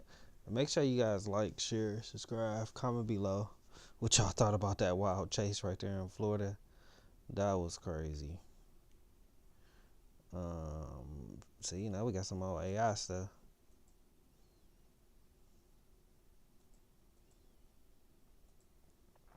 Which I definitely feel like this is real right here. Make sure you guys like, share, subscribe, comment below what not to ask ChatGPT. Let's Our story review this tonight. video. Imagine this. You're sitting at your desk rehearsing how to ask for a raise. But instead of calling a friend, you open ChatGPT and type just one thing. All the time. You better make ChatGPT your best friend. It's my best friend. So if you ain't made it your best friend yet, you better. Pretend you're my manager. Let's negotiate my salary. This is happening in real life. Gen Z is quietly turning AI into their rehearsal partner. From awkward conversations to office conflicts, even performance reviews. They're Listen. practicing all of it. Everything. Why do I need to create? And I just put in what I need to put in, and It tells me what it tells me. With a chatbot, they simulate managers, they use it for negotiation tactics, even ask for a script to go with it. Yeah. And why do they do that? Apparently, Gen Z likes the no judgment part of it. If you Well, I don't even think it's that. Why think about it? Like, why use my brain that much to think about what to say, to see how somebody gonna feel? And no, take the feelings out of it. Just no feelings in it. It's just straight AI. AI don't got a feelings. this with a colleague, they might judge you. But ChatGPT doesn't care. I don't even think it's not even about them judging you. It's just literally about even you taking in your personal feelings out of it. It ain't about insecurities. It's just about taking the personal part out of it. Like, they just gonna tell you the respectable thing to say. Trend. Look at this survey. It says over 50% of Gen Z already use AI at work. Nearly 3 out of 4 believe that it will reshape their job soon, so they think it is a crucial part of their work life. And not just their work life. It is, for sure. Your personal life, business, for sure. People are using ChatGPT for everything. Therapy, dating advice, life decisions, fashion choices, even asking questions like, am I I don't know about fashion choice. attractive enough? Reports say it's one of the most common I don't know about that either. Never thought about asking ChatGPT that. questions asked. And look at the deluge of questions. ChatGPT handles 2.5 billion prompts a day. 2.5 billion prompts in 24 hours. So you can understand how much the world is already relying on bots. And it's okay to use Which is a good thing, honestly. AI. But here's a caveat. Just because you can ask something doesn't mean you should. So what should you never ask ChatGPT? What are those questions? It's a good point. Let's see. We made a list and we'll start with the obvious one. Number 1, do not ask questions involving deeply personal or sensitive data. Your passwords, your bank details, your office documents, do not put them in ChatGPT. It may sound obvious, but Yep, but people definitely can hack it. you'd be surprised by how many people still do it. And here's the problem with this. Once you type it in, it is no longer fully in your control. Think of AI like a cloud notebook, not a log diary. So the rule is pretty simple. If you wouldn't shout it in a crowded room, do not type it into a chatbot. It's a good point. It's a good point. That's number 1. Which actually I think she didn't say that kind of right, because some stuff you still wouldn't shout in a room. But I do get what she's saying, but I don't think that's all the way a good point, because it's like some stuff you will talk to ChatGPT about. I'm not shouting it in a crowd for the room either way. But I do understand what she's saying. Number 2. Stuff that you don't want to get out, don't put it in there, because it is a chance that it can come out. Therapy and medical questions. Yes, people are using AI for therapy. In fact, one study found that it's the number 1 reason people use ChatGPT for therapy. But a chatbot I'm surprised about that. is not a therapist. It may give you advice that feels right, but it could be harmful for you. And yet I'm surprised. I disagree with that. people do it constantly. A Because I think it can't help you a lot, honestly. symptom shows up and they turn to ChatGPT to understand, even treat it. Now you Not the medical advice, but the therapy part of it, I think you definitely can use ChatGPT for. may think, what's the harm in asking? We'll tell you what's the harm. Studies have found that ChatGPT carries a high risk of misinformation, especially on medical questions. So use ChatGPT. The thing is, you got to understand, ChatGPT gets all this information from the internet. So everything on the internet not true. So everything that ChatGPT tell you is not going to be true. To understand medical terminology by all means, but get your diagnosis from a doctor. Yes. Number 3, don't ask about illegal or dangerous things. How to hack, how to make a bomb, how to get away with murder. Don't ask these questions. Nope, because you're going to get caught. Because AI companies are actively monitoring for misuse, some systems can even flag suspicious behavior. So that question that you may have asked out of curiosity may land. Yeah, she helping y'all out. you're in trouble. Number 4. Which you shouldn't be doing that either way. So it shouldn't even matter if you asking the question because you shouldn't be doing it. Conspiracy theories. AI sometimes hallucinates, which means it can generate completely false information. And it will present that false information like a fact to you. There have been real cases AI definitely present everything like it's a fact. I'm not gonna lie. of people going down conspiracy rabbit holes because the AI kept reinforcing their beliefs. So this is a big problem with bots. And Because it kind of just go off of what, it kind of go off of you kind of. It gets its data from the internet, so if it's on the internet, it's not always true. Do not use it for real human decisions. Should you quit your job? Should you break up? Confront your boss? AI can help you prepare for those situations perhaps, but it shouldn't decide for you. Because it does not know your life, your history, your relationships, your dilemma. It don't got feelings. It don't got personal, so don't use it to make a personal decision. It gives clean answers, but real life is messy. And I'm not saying do not use ChatGPT or whatever bot you use. Use it by all means. It's a remarkable tool. AI is clearly the future. So do use all kinds of chatbots. But don't turn them into your doctor or companion or therapist. The question was never what. Only other one, the therapist, I do feel like it can help a little bit. But I don't really like therapy either way, so. But I do feel like that's the one thing it can't help. The question is, what should you do? A little bit. It can't, well, I did say you can't do nothing personal, so it probably can't be your therapist. With it? What should you share with it? And the answer more often is less than you think. The world doesn't fit in boxes, so why should your news? From battlefields to negotiation tables, from internet outrage to real-world injustice. That's all that's it right there. So, what do y'all think about that? Name some more stuff, or I would say put some stuff that you did ask ChatGPT. Put in the comments. What do you ask ChatGPT? How much ChatGPT have helped you or any other AI bots? What's your favorite AI bot? Make sure you guys like, share, subscribe, and let me know how you feel about the AI bots. What's next? Oh, the dress code.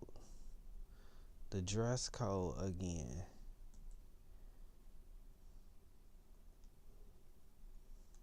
It's the dining. Guys, it's still this. Make sure you guys like, share, subscribe, comment below. What do y'all think about this restaurant dress code? Like I said honestly before, I really feel like you should be able to dress. I think people really need to mind their own business. This one thing I feel like is the issue with all of this is people worrying about other people too much. Just eat your food and enjoy your space. What somebody else got on shouldn't be bothering you that much to where it's just ruining your whole experience. Like, oh, this person got a hat on. I can't eat my $100 steak because this person 5-10 people away from me got a hat on. Like, oh, this person got flip-flops on. I can't eat my $100 steak next to somebody that got flip-flops on. Like, y'all are that worried about other people. Like, worry about yourself. Like, I just don't understand. I don't understand what. Searing mad. I cannot stand restaurants with dress codes. Dress up to go out for dinner or keep it casual. I just feel like restaurants should have dress codes. It comes as one popular chain is getting heat for its dress code. I don't understand. Like, y'all so worried about somebody else. I just feel like people need to mind their own business, eat your food, and enjoy your own space. You so worried about everybody else. Like, I don't even understand. Ruth's Chris Steakhouse, reminding restaurant goers on its website that gym wear, pool attire, tank tops, and revealing clothing or exposed undergarments are all banned from its dining rooms. And the thing about me, the thing about things, I understand business in this way. If you wanna work for this business, if you wanna go to this business, just follow their rules. I'm somebody that's understand that now. It took me years and years and years to understand that, but I understand it. But that don't mean I agree with it. That don't mean I 100% agree with it. Because I'm not worried about what this person got on. I'm worried about this food and how good it's about to taste and enjoying this moment. I don't understand how what somebody else got on is messing up your experience. I don't know. Why are you so worried about the next person? They cracking down on a whole lot of stuff. And telling visitors to kindly remove all hats or dine in the bar lounge. The policy reminiscent of a certain mob boss. Take your hat off. Excuse me? They don't sell hot dogs here. But experts say the effort to class up the joint is nothing new. If you are looking to project an image as an establishment that is all about fine dining, and scattered throughout the restaurant are people who look like they just came from the gym, it's going to detract from that image. One recent survey found diners want elevated and even Instagrammable outings, with 74% of consumers saying they have or plan to return to restaurants with a unique experience. Still, Ruth's Chris's dress code policy has started a food fight online. Why don't we just normalize wearing regular clothes to these types of restaurants? Piling on, casual dining competitor Chili's trolling. Because I just don't understand. I don't understand how is it an issue, but it is what it is. I am somebody that's like, all right, your rules is your rules, and I'm not even gonna argue them. I'm not gonna debate them. The chain online posting the only dress code at Chili's is that you have to be dressed. Only thing. That's all. Slightly more upscale eatery, the Cheesecake Factory. Patrons are told to come as you are, just come hungry. Still, that's all. Just come hungry. Some requirements leave room for interpretation, like the dreaded smart casual. How do they know if you're dressed smart? Like, what's that? What's dress smart? You know if you're dressed smart. That's the standard at Morton's Steakhouse, which bans beachwear, beanies, and baggy clothing. It comes after the transportation department landed itself in the hot seat after urging travelers to dress with respect, discouraging pajamas and slippers at airports. What do we need to dress? Which I don't even understand that. Like, it's somebody that it's people just got too much time on their hand, worried about the next person. If it's not something that's completely revealing, if it's not see-through, they should be able to wear it, especially at the airport. Like, I'm going somewhere, about to do something, and what if I'm going, I'm about to go to sleep. I gotta dress up to go to the airport? It's people like, how is this person in your pajamas messing up your whole day? Like, oh, this person in pajamas, like, this place is dirty, or this place is just nasty, not because this one person got pajamas on, or these people got pajamas on. The whole airport is messed up now. Like, how is that something that bothers you? Dress up at the airport for a delayed flight? Now, as some restaurants get on board with dress codes, more customers may need to dress up to dine out. But I already kind of, this wasn't a new. That's why when you go out sometimes, you don't wear gym shoes. You got to wear slacks because you never know what restaurant you going to go in that do got that policy. Reached out to Ruth's Chris and the other restaurants we mentioned. They didn't have any further comment beyond those cheeky social media posts. But we did ask our etiquette expert how you can avoid making any fashion faux pas. So yes, check a restaurant's website for their dress code, but also look online. Yelp reviews. You can oftentimes see photos inside a dining room, get a feel for the vibe, think about what you might want to wear to fit in with that. And sometimes you could expect better service, maybe even better seating if you're dressed the part. You have strong thoughts on this. Yeah, well, listen, listen, if a restaurant takes the trouble to make a nice experience, then you should reciprocate. You should dress well. And Tony Soprano, the hat thing, that was one of my dad's. That was one of my dad's pet peeves. My dad would just look at me. What? Oh, with the hat on? Yeah. Oh my gosh. Take that off. No words needed. I'm with Al on this. I just feel like if you're going to a nice restaurant, you should dress the part. If you want to dress down, go to a fast food place. That's right. Here's what bothers me though. What's that? If I've got my kids with me, sometimes people are wearing like T-shirts or like they have print that is not appropriate. Exactly. In public, like don't do that either. Yeah, I said to a guy once, your mom's got to be so proud. People are so worried about other people so much. Like, y'all is so worried about what somebody else got on. You think your kid noticed that? Like, they ain't even worried about that. Their heads are in their phone 9 times out of 10. You're that guy, huh? Yeah, I'm that guy. What's your take? These dress codes are nothing new. Yeah. My dad took my mom on their first date to Roost Chris about 1980, and he was definitely trying to impress her with the experience. Yes. The problem is they don't enforce it anymore because of entitlement. They're trying to. They think that the customer's just entitled to everything. Well, I chose your establishment, therefore I should Therefore, I have wear whatever I want. yeah, I can wear whatever I want. I have Yeah. the money. It shouldn't work that way. Here's what I said to Hoda earlier. If they put that out, can you imagine some of the things they must have been seeing coming to that restaurant? That's right. They were pushed to the point. And by the way, have you ever had a Roost Chris steak? So good, man. Yeah, delicious. So good. It's like a half stick of butter. Side is cream spinach. You know. That Ruth, she knew what the she was Louisiana doing. girl. I disagree, though. I'm not gonna lie to you. I don't think it's that big of a deal. Over there. Good right now. Okay, thank you. Thank you. Mr. Roke, you're always dressed to the nines. And by the way, if the restaurant has cloth napkins, odds are you should dress nice. I'm just going with that, okay? Hey, thanks for watching. And don't forget, you can... Yeah, I for sure disagree.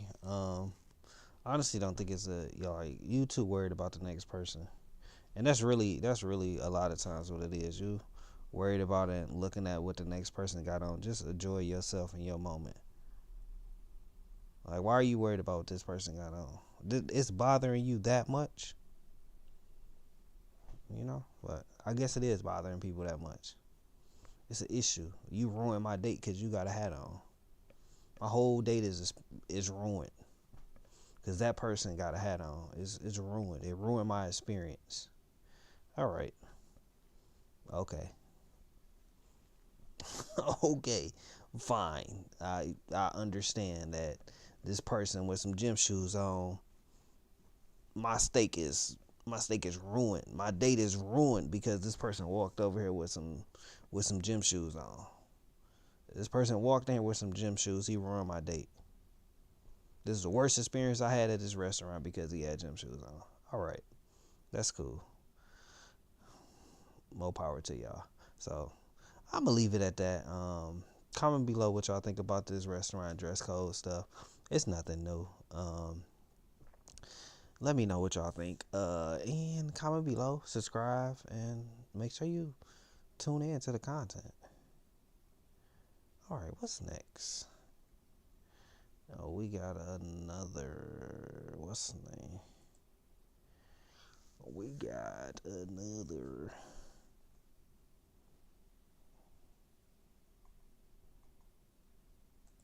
Y'all, is it just me?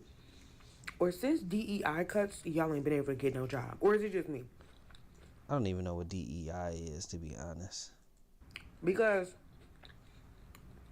I do live. Make sure you guys like, share, subscribe, comment below, and let me know what y'all feel. I'm in a little small town. It's like a little small military town in North Carolina. And it's like really nothing out here. They don't even have a Target. Like, but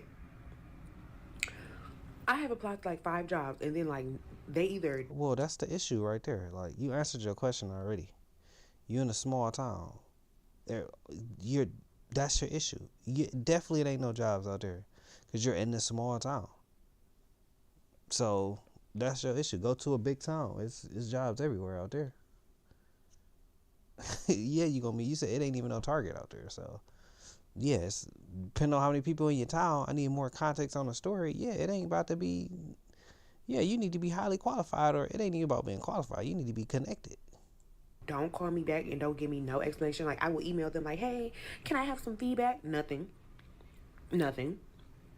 Okay, so I'm like, I need to move to Arizona. I need to get out of this little small city. I want to move back to Arizona anyway. And I feel like Arizona gonna have more jobs. It's more populated. Like, it's more, businesses, so therefore more jobs. So I've been applying to jobs in Arizona. I applied for the Carvana because Carvana, it seemed like a good job. You start off at like 20, then you go to 21, 6 months you're 22, and then you get like 50% raise over that. So I didn't apply to Carvana 3 times. Carvana denied me like the next day for customer service representative. I applied for more positions. They didn't deny me on other positions yet, but they denied me for customer service like same day, next day. I don't know what you putting on these applications. But at least they did email me and say, hey, we have more qualified people, so we're going to get it to somebody else. They did send me a little email, like, unlike North Carolina. Well, that explains. Carolina who just do nothing. But they did send me a little email. It's like, okay, maybe they got somebody with a degree for that job or whatever. But I know the economy is bad and people are looking for jobs. You better start real low level and work your way up. That's the hint. But it's like, bro, how you gonna try to go in a manager? If you are in Arizona, because I mean, also I live in North Carolina. And you're not in Arizona yet, so yeah, you put on your application your address. No, they don't want you yet. You can't even get to them. They don't even know if you about to live there yet. Apple was hiring in Greensboro, but that's like 40 minutes from me. Like I said, like everywhere that's hiring is like 40 minutes from where I live. You talking about these places? Like you trying to get an experience, and we need to know what type of college stuff you got now at this point. The type of jobs you applying for. And I don't have no car right now, so that's not gonna work. At least I can go to Arizona and like. Exactly. You explaining you if you put this on the application, what do you think they gonna say? You're not in their city. How are you getting to our city? You don't got a car right now either. Like you telling. I'll catch a bus. I don't have no shame. I'll catch a bus to work. At least they got a bus route, and you know whatever the case may be. So I'm like, maybe I should just go there, boom, move there, use my little couple thousand, move there. If I can't get no car, boom, I'll take the bus. That's cool. My sister stay out there. I think my mama be out there. My mama might move out there too. So I'm just like, boom. But if y'all live in Arizona, send me some jobs who's hiring, because I'm trying to be there. My lease up in June. It's already April. It's already, like, baby, I like to round up. It's already April. I got to get the ball rolling. Oh man, the level of ghetto. This is definitely a lot to unpack. I don't like that. I don't like when people say level of ghetto. I don't like that, but. Oh, it's crazy. Y'all be sending me the wildest videos to react to and to give my thoughts on. And so she says she applied to 5 jobs, and then she applied to Carvana and some customer service jobs, and she wasn't able to get them. So now she's saying since DEI has been eliminated, that means that she hasn't I know what DEI is, yeah. Been able to be as efficient as which I feel like it's a good. I don't think it's a bad thing, because if you ain't qualified, you ain't qualified. But it ain't all about qualifications; it's about connections, and we always knew that. The UI, I guess, helped a little bit in that sense of it, to where they had to. But it is what it is. You don't want to be in an environment where they're forced to hire you, because it's not gonna go right. Like, I don't want to be somewhere where they're forced to have me there. Have me there because you want me there. She normally would be, and securing employment. I got a lot of questions like, what was your last employment situation? And why did you move out there to North Carolina or South Carolina in the middle of nowhere in the first place? Those are my first questions. The next questions that I have is not even related to the video or the subject matter itself, but why do y'all talk with a bonnet on y'all videos and then y'all drop that for the public? I do not get it. Well, because they can, because they social media, they can do whatever they want to do whenever. Why can't they wear a bonnet? You want them to be perfect. Like, you a type of guy, I guess, that they gotta have makeup on. They gotta be dialed down to talk to the internet. They talking to the internet. You can do whatever you want. Somebody gonna say whatever they feel, but you ain't gotta be dialed up to talk to the internet. You're talking to the internet. Before I even jump on camera, the first thing I do when I wake up in the morning is I brush my teeth. Y'all don't even be looking like y'all brush y'all teeth. Y'all don't look like y'all care. You gotta be perfect. And I know that y'all speaking to y'all own demographics, so y'all don't really care what I say. It don't really matter what I say. Yeah. I'm feeling you. But baby girl, those are rookie numbers. You're going to have to put more effort into finding a job if you are looking for a job. They're not just going to hire. I agree with him on that part of it, but on the part of you shouldn't have to do all that to get on to be on the internet. You just because you or just because you live in close in proximity. That's not how it works. You're gonna have to compete. And so what do DEI have to do? And the thing it is, she got to compete because she in a small town. That's why you go in big towns where you don't got to compete that much and work your way up. With your ability to get a job, do you think that you're supposed to just automatically get the job because you're a black woman? Because you're supposedly a double minority or something like that? I don't get what the mindset is with the people that are seeking these positions and seeking these jobs. It's like they're not really putting in the effort that they need to get. And I honestly agree with that, because is really I don't agree with. I agree with it on a say of you don't want that job. If they gotta hire you because that's the rule and stuff, they don't want you there. You don't want to work somewhere that you're not wanted and they're forced to have you there. You don't want that. Get to the place that they really need to be at, and you're just gonna have to put more effort into yourself. And let me also give y'all a caveat, because I talk about this on the Millionaire Morning Show, and I'm gonna talk about it a little bit tomorrow. Is y'all got to clean up y'all social media if you're still trying to be out here getting a job and getting a position. One thing that I know that a lot of hiring managers do at some point in the hiring process is they go and they research your social media. And I know some of y'all think that, oh man, I don't have my real name on here. Yes, it is very, very easy to tie in and figure out what somebody's social media profile looks like or what they're communicating. Yeah, no, depending on how off your name is from your name, it ain't that easy. And that is the fastest way that they're able to eliminate you, in addition to... But you definitely should clean up your social media, though. That's a good idea. You not really being available for the jobs that they need you to be available for, even if you come in person. So if y'all jumping on social media and y'all crashing out and y'all looking crazy, you're going to get what it is that you deserve. Or they may just not say anything and you don't even realize the reason why you didn't get the position that you felt like you earned. The job, especially in this day and age, they are definitely doing extra research depending on how big the position is, for sure. market is a fucking joke right now. Why are minimum wage jobs acting like Fortune 500 companies? I'm a stay-at-home mom. I want something 1 or 2 days a week to get me the fuck out of this house. These jobs are diabolical and they do not deserve us. Why are minimum wage jobs asking me to take a 30-minute assessment, write a cover letter, interview multiple fucking times, sell my soul for what? $16 an hour? Are you unwell? And then rules is rules. Whatever, I don't know what minimum wage job you applying at that you gotta do all that for, but rules is rules. I'll see jobs that are like $23 to $25 an hour. In my opinion, still not that much fucking money. And they're like bachelor's degree required.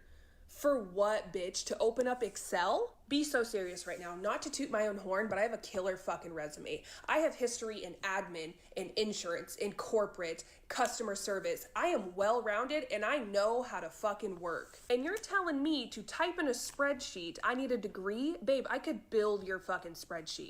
I could run your system, train your staff, and probably fix your whole business structure for being... Then why don't you? These women, they have some of the worst attitudes that I've ever seen in my entire life. They first lead with curse words on social media. She expects for somebody to hire her for 1 to 2 days out the week when most people want somebody that is available for at least 40 hours, let alone coming into the job. She feels as though her resume is killer, but she can't find a job. And I always say that the proof is... No, for sure. Like, you gotta... No, that's 100%. Don't assume nothing. Like, you gotta assume that yours is nothing, because if you ain't getting hired back to back, it ain't nothing. Like, you feel like it's killer because that's what you feel and your people telling you it's killer. No, they don't feel like that. So if you can do it, then do it. Show us. Show us how awesome you are. Show us why you are the perfect candidate, or build your own business. We don't need you to restructure anything. Everybody feels as though their resume is killer above everybody else's. And you don't know how to build a business, because building a business is not easy. Like, it's not for the weak-hearted. They don't even know how to build a business. Like, the person that's building a business barely know how to build a business. So you think you gonna walk in and know how to? No, you're not at all. Don't even have that type of ego. That's a crazy ego. Don't even worry about it. Just cook up, baby girl, and let us see what you got. Because everybody just, I wish that these people that always have some of the most to say about whether they could. It's all about ego, though. Like, you got to drop the ego. You're applying for their position. Understand that. Drop the ego and join the system. And that's what I've learned over the past few years. Like, drop the ego. Like, learn their system. Start from the beginning. You're at the beginning. You're not at the top. No matter if you used to have a top or you feel like you at the top. Good, or they should get a position. I wonder if they've ever actually built something to where they can hire somebody else for a job or for a position. Or is it only one way? You see what I'm saying? Like, everybody has the ability to do it, or everybody talking about what they can do or what they is about, but very rarely do you see that actually showcased in real time, in real life, from people that are building and producing. So I would like to see y'all do it. Like, I want to see these women. It's definitely not as easy as you think. Like, it's not at all. Really cook up, get the jobs that they want, take care of the business that they say that they can take care of, display it, show it, and because you're thinking about it on a one-sided. Like it is very hard to build a business. Like, the ego. Like, you got to drop the ego. You only want to do 1 or 2 days a week, so it's going to be very difficult to hire you anyway. Don't nobody want to deal with that unless you get into a nonprofit, or you're doing a church, or you're doing some volunteer. Like, if you're just trying to get out the house because she's acting like the money is not a big deal, then just go and volunteer somewhere and go and be productive in that way. Honest. Serious question. What the hell is going on? I know it's not just me, but is anybody else applying for jobs and not hearing anything back? And I'm not surprised, because in February alone, the United States lost 92,000 jobs, and they were expecting us to gain 126,000 jobs. And now unemployment is sitting at 4.4%. Like, where did they get these numbers from, to be honest? And people want to keep saying the economy's strong. But if the economy is so strong, why does the job market feel like a ghost town? Because if you're out here applying for jobs, you notice something really strange. There are plenty of job postings out there, but the companies act like they're not really hiring. And until the government and the job market gets itself together, we're going to continue to see this decline. So I want to ask, have you all been impacted by the job market lately? Are you applying and getting nowhere? Or are you actually like seeing some progress? And if you're seeing progress, let us just know how you're doing that. Because I'm telling you, I'm not seeing any progress. Just You're dropping that pride. A whole bunch of I applied. Well, listen, again, I think that I feel like I need to get out there and prove it. You know what I'm saying? Even though I don't really have the capacity, even though it's not really in my repertoire right now, I feel like I really need to get out there and prove it somehow. But that's neither here nor there. That's a whole nother conversation. The main thing that I'm seeing, though, is I'm seeing this from women. I'm not largely seeing this from men. I'm not seeing guys too much complain about the job market. I do see some white guys here and there that jump on the internet and talk about how much they're miserable in their life. They're not necessarily complaining about the job market as much, but I do see some miserable white guys, some liberal white guys that you know, is mad at. Yeah, they dropping that ego. Like, you got to drop that ego. Like, they want certain positions, and you got to be qualified for them certain positions. It's not just about to fall in your lap. So make sure you guys like, share, subscribe, comment below. Let me know what y'all feel about this topic. And let us know if you are getting jobs or if you're not getting jobs. Let us know. I appreciate you for watching.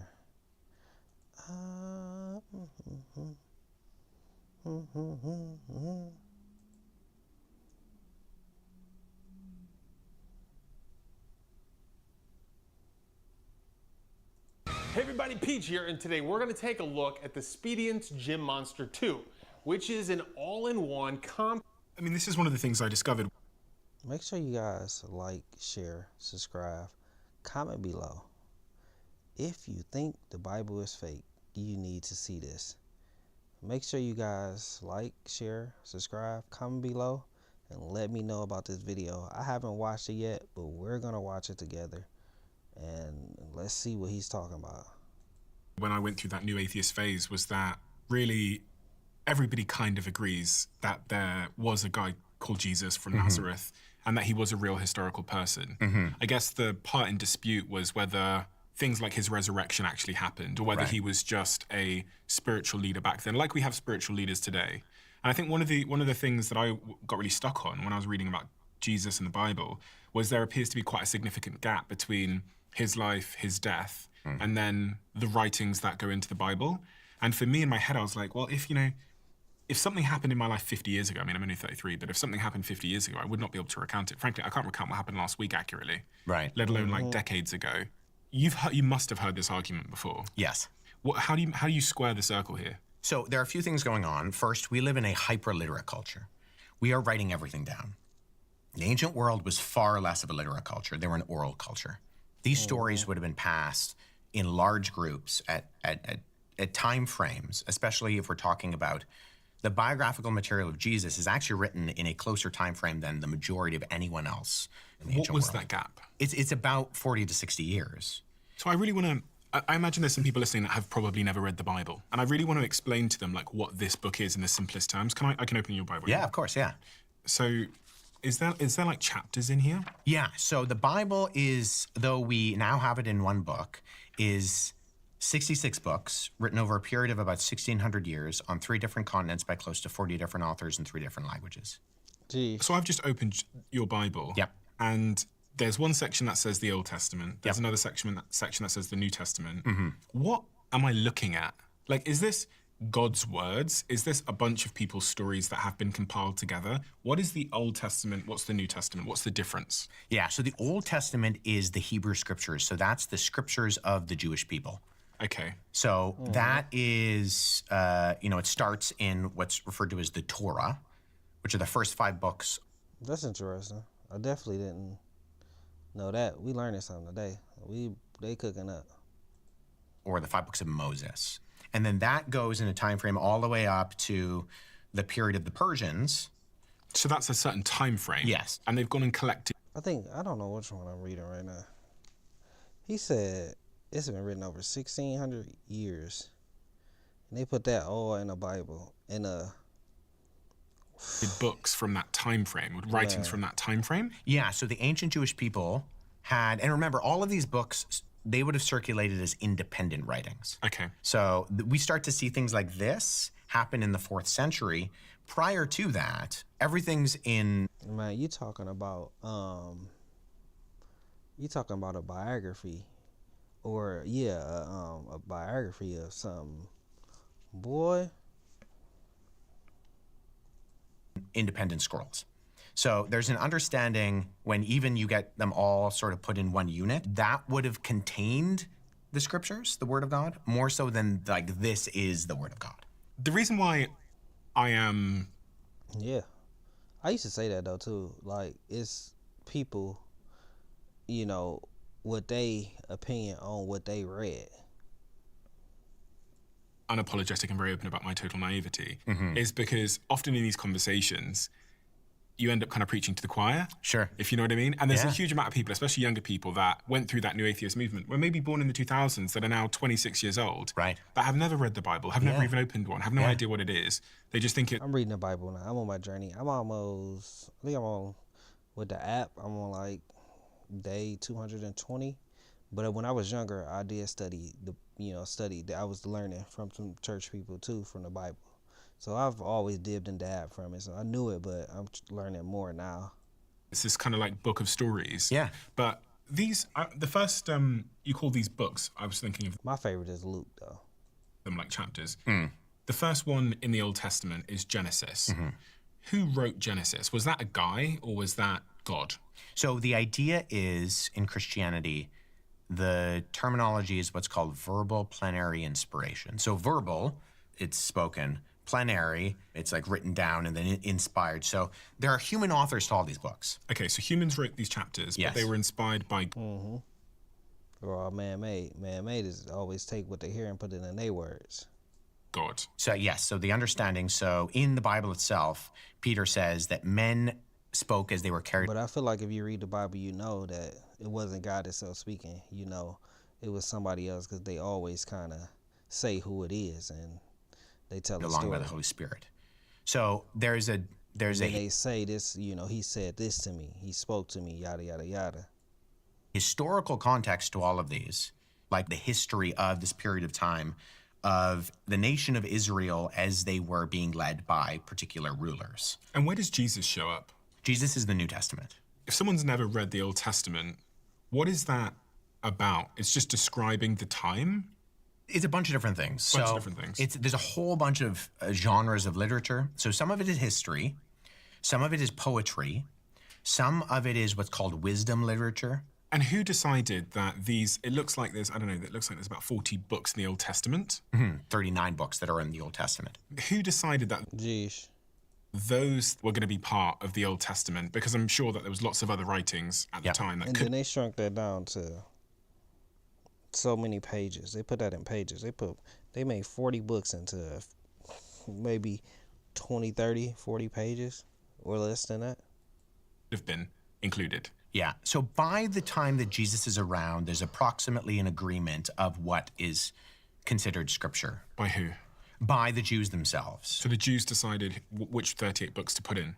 Yes. So you have conversations by individuals, like there's a guy named Josephus who is writing at the end of the 1st century. Part of what he argued... Yeah, I don't know who that is. I don't think I ever heard of him. Comment below if y'all heard of him. Like, share, subscribe. ...is that the Jewish people don't have kind of an innumerable number of religious texts like the Greeks do. They have a specific number, and he uses this terminology that they were laid up in the temple. So the idea is that, you know, these are the books, they're housed in the temple, and they're a set number. And he gives the number of the same number of letters in the Hebrew alphabet, 22. So you usually see this 22 or 23 number, but they group them differently. And he gives an argument that one of the reasons that we can find a timeline for what the Jews consider scripture is, he says, there's nothing written before Moses, and there's nothing written after the time of Artaxerxes. Nothing written before or after. Xerxes, which is the Persian Empire. So the book of Esther in the Bible is that time period. I don't know what that is either. I don't think I probably heard it, but I don't know. So though there are writings after that, there's this agreement that the voice of God in, say, the prophets giving a thus saith the Lord statement, like communicate. But that's why the beginning of the Bible, it is just telling you, it's describing the time. It's describing the time. Like, that's what he's saying. The Old Testament is really just describing the time. It wasn't really written.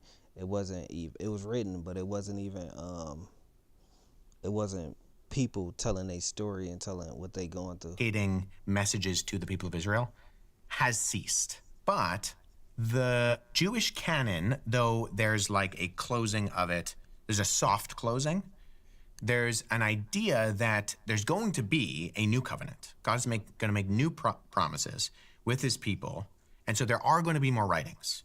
Okay, so my understanding of that is that he made the case that God is no longer communicating with people to write these books. At least that there was a stop point at Malachi. So it's sometimes referred to as the 400 years of silence for that reason. From the point of Jesus' death. I remember in the Bible when they were saying he stopped. What book from the New Testament is written last, and how big is that gap? That's a debate. Okay, what's the debate? So the debate. So it's a question if John's gospel is written before 70 AD or after 70 AD. And if it's written after 70 AD, it's written in the 90s. So it's written pretty far afterwards. How many years? So if Jesus dies in 33. Okay, so about 60. Yeah. Okay. 33. Is that just 33? Fine. Yeah. 33 and we at 2000? That's crazy. So at minimum, I think like 99% of historians, biblical... And he only made it to 33? Scholars, classicists would argue that the 27 books... When did they start counting? ...of the New Testament are written in the 1st century. And so in that sense, they're in the lifetime of the eyewitnesses to a certain degree. And there's evidence even within some of the Gospels where you have these names thrown out kind of randomly. And part of the thinking of that is that this is like citing your sources. At one point, when Jesus is carrying the cross to Golgotha, he kind of stumbles and they get another person to carry his cross for a little bit. And that person is Joseph of Arimathea. Well, one of the Gospels names one of Joseph of Arimathea's son by name. And the thinking is that this is probably someone who's well known within the early Jesus community. And the purpose of naming that person randomly is to say, he's actually well known, go ask him. I mean, logically, there's quite a risk of Chinese whispers to some degree. As you were speaking, I was trying to think about things that I experienced when I was younger, like with my grandmother before she passed away, and I was trying to This is deep. People don't know the know on this. They just read what they know. Like, we so far away from knowing the know. Like, that's a long time ago. Accurately recount those memories. Yeah. I was thinking of like going to a house, and then I remember one day she gave me some money. Because when do they start counting? Do they count from the beginning? Is one? But I can't remember what she gave it to me for, and I can't remember how much she gave me. I know she put it in a card, and this was only like 20 years ago. Yeah. And so if I was to write about that today, I would be filling in some gaps. Definitely. Especially, this is the other thing that I always struggled with, is like, especially in a world where we didn't understand science. Now, my grandmother like put it in a card, and it was like I opened it, and the way she did it was often as a surprise. So in a world where I like didn't understand physics or science, I might have concluded that my grandmother did something like magical. You know, at a time when we didn't understand anything about like really much about the nature of the universe and planets and the solar system and physics. So is that a risk that some of the things that have been transmuted via God into this book in front of me are prone to Chinese whispers and or just like a lack of Yeah, that's interesting. Like, how much was lost in the sauce of, 30, 40 years of, and then it was written after 30, 40 years. That's even more. Understanding about the nature of the world, like the resurrection, for example. Yeah. So this is in my field referred to as mythological drift. So how do we factor in making sure that mythological drift doesn't happen? I think there are a couple things related to what you said.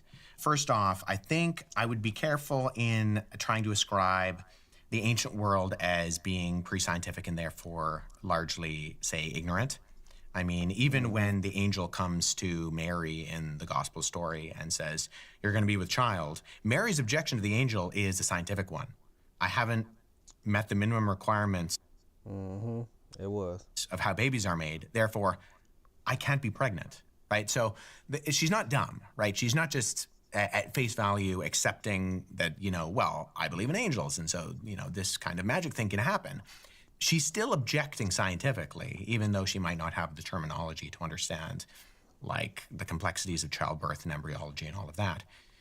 So I would say, this is what the writer C.S. Lewis calls chronological snobbery, that he says, we need to be careful of not to ascribe the ancient world as being more ignorant and stupid than just because we are a product of the Enlightenment and we understand scientific things now.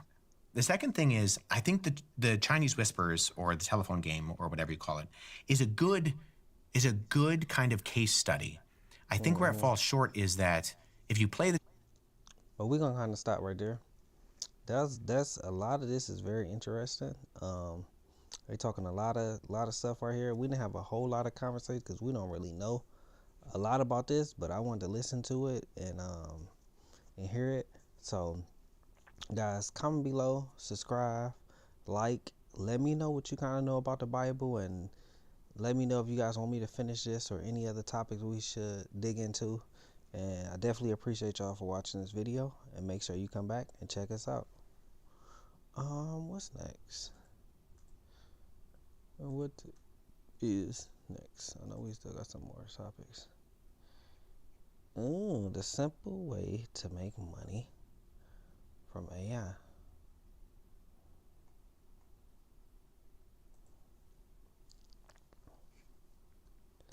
It's the simple thing.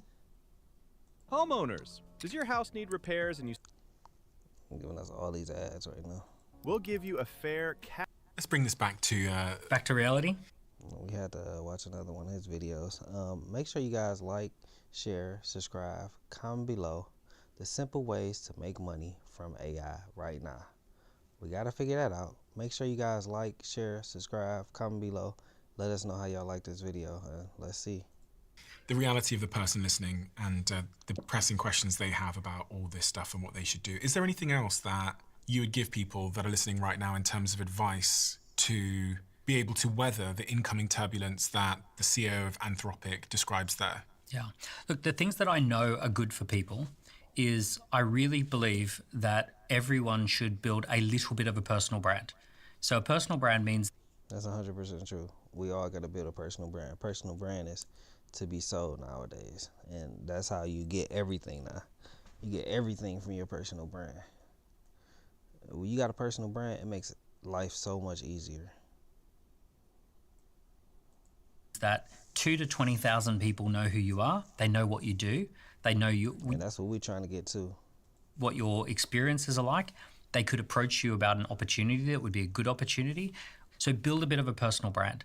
Don't be invisible in this particular time, because, you know, it is one of your assets, which is to take some of your... Definitely do not be invisible. ...knowledge, some of your playbooks, and to let people know that that exists. So I think build a bit of a personal brand. Second one is have a go at entrepreneurship, right? Join an entrepreneurial team, do an entrepreneurial side hustle, read some entrepreneurial books, watch some entrepreneurial... Yeah, because it is tough. It is tough, but the world is going that way. You got to realize that we love Simplify. Like, Simplify is what makes the billions and billions and billions of dollars, and the world chase the money. So the world is always going to continuously get simplified. So we have to adjust to everything being simplified. Videos that are out there, start the process of thinking, okay, the school system taught me to be a standardized employee, a standardized labor. The school system wanted me to fit in with an office or a factory. But actually, there's this whole other way of creating value, which is non-standardized, called entrepreneurship. This is spotting opportunities and coming up with solutions to it.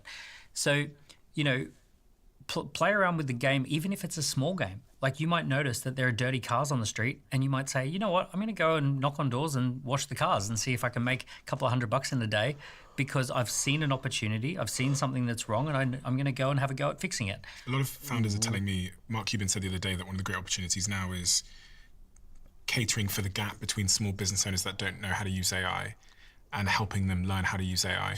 Yeah, huge, right? Join a founder team and help them do that.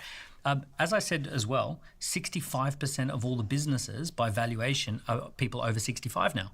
So there is a mathematical certainty that 2/3 of the businesses that run the economy by valuation have to change hands in the next 10, 15, 20 years. And they don't even know.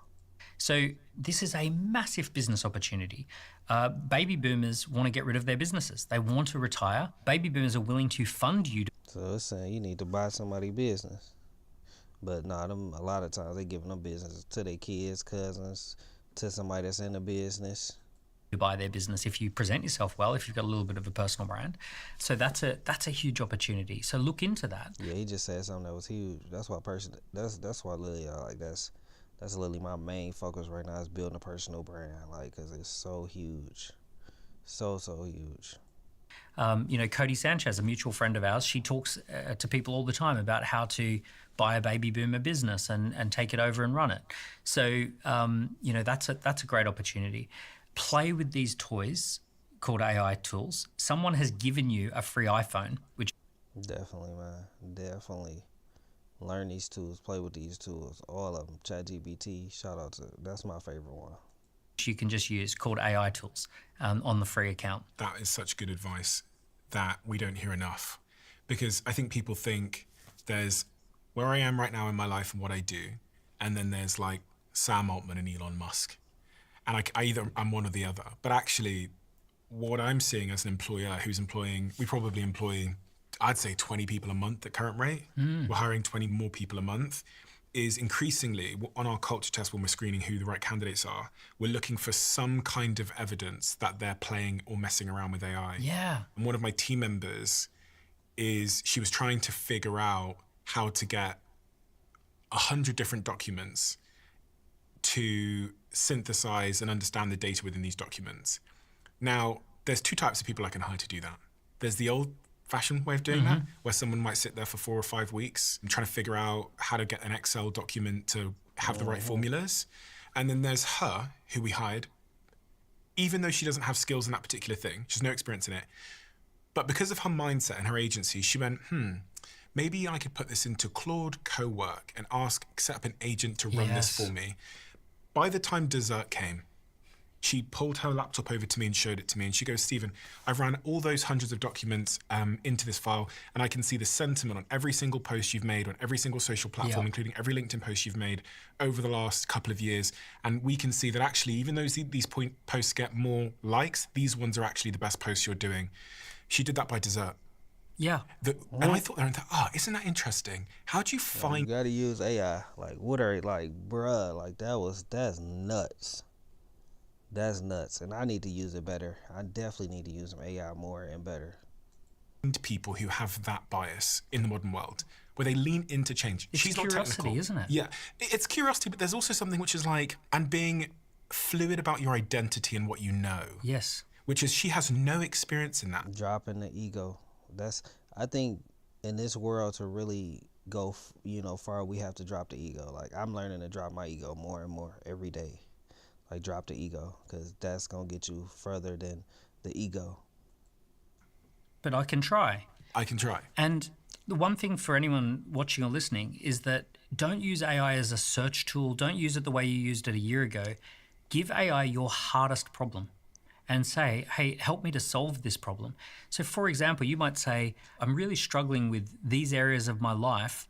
Here's all the data, here's all the information, here's the PDF documents, here's the backstory. Help me solve this. Help me write it. What kind of piece of software might I be able to use to build here?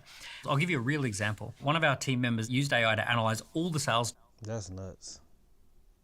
That's so smart. I ain't gonna lie. That's crazy. Like, use AI to solve your hardest problem. Whenever you're going through something that's crazy work-wise, or if you stuck, you put in an AI and have them solve it, and y'all run through some calls for the last 3 months and discovered a huge opportunity. What they discovered is that 75% of all of our sales calls, the person who we were on the phone to mentioned that their spouse was a decision maker and that they needed to talk to their spouse, and that decision making, because it was a family business and that there was either a spouse or a family member. There was no point in our process where we invited collaboration with other family members. So none of our sales calls said, do you want to bring someone along to the sales call? Like, would you like to have someone do that? The AI analyzed it, discovered that opportunity, wrote a script as to how to invite people onto the call so that you get all decision makers on the call. And now our sales conversions are going up dramatically. That's so smart. Wait, I need you to show Before me. you even get to the point, like, you just like, hey, do you want to invite anybody else to the phone? Is genius. I'm not gonna lie. That's such a good idea. In terms of the employment market of what we're seeing is certain people have a positive relationship to disruption and technology and change. They get excited by it. You gotta know when to make that call though, but that's smart. Others fall into cognitive dissonance where they get so concerned that it's going to take out their business that they ostrich head in the sand. Mm-hmm. And then these other people have this inherent figure out ability.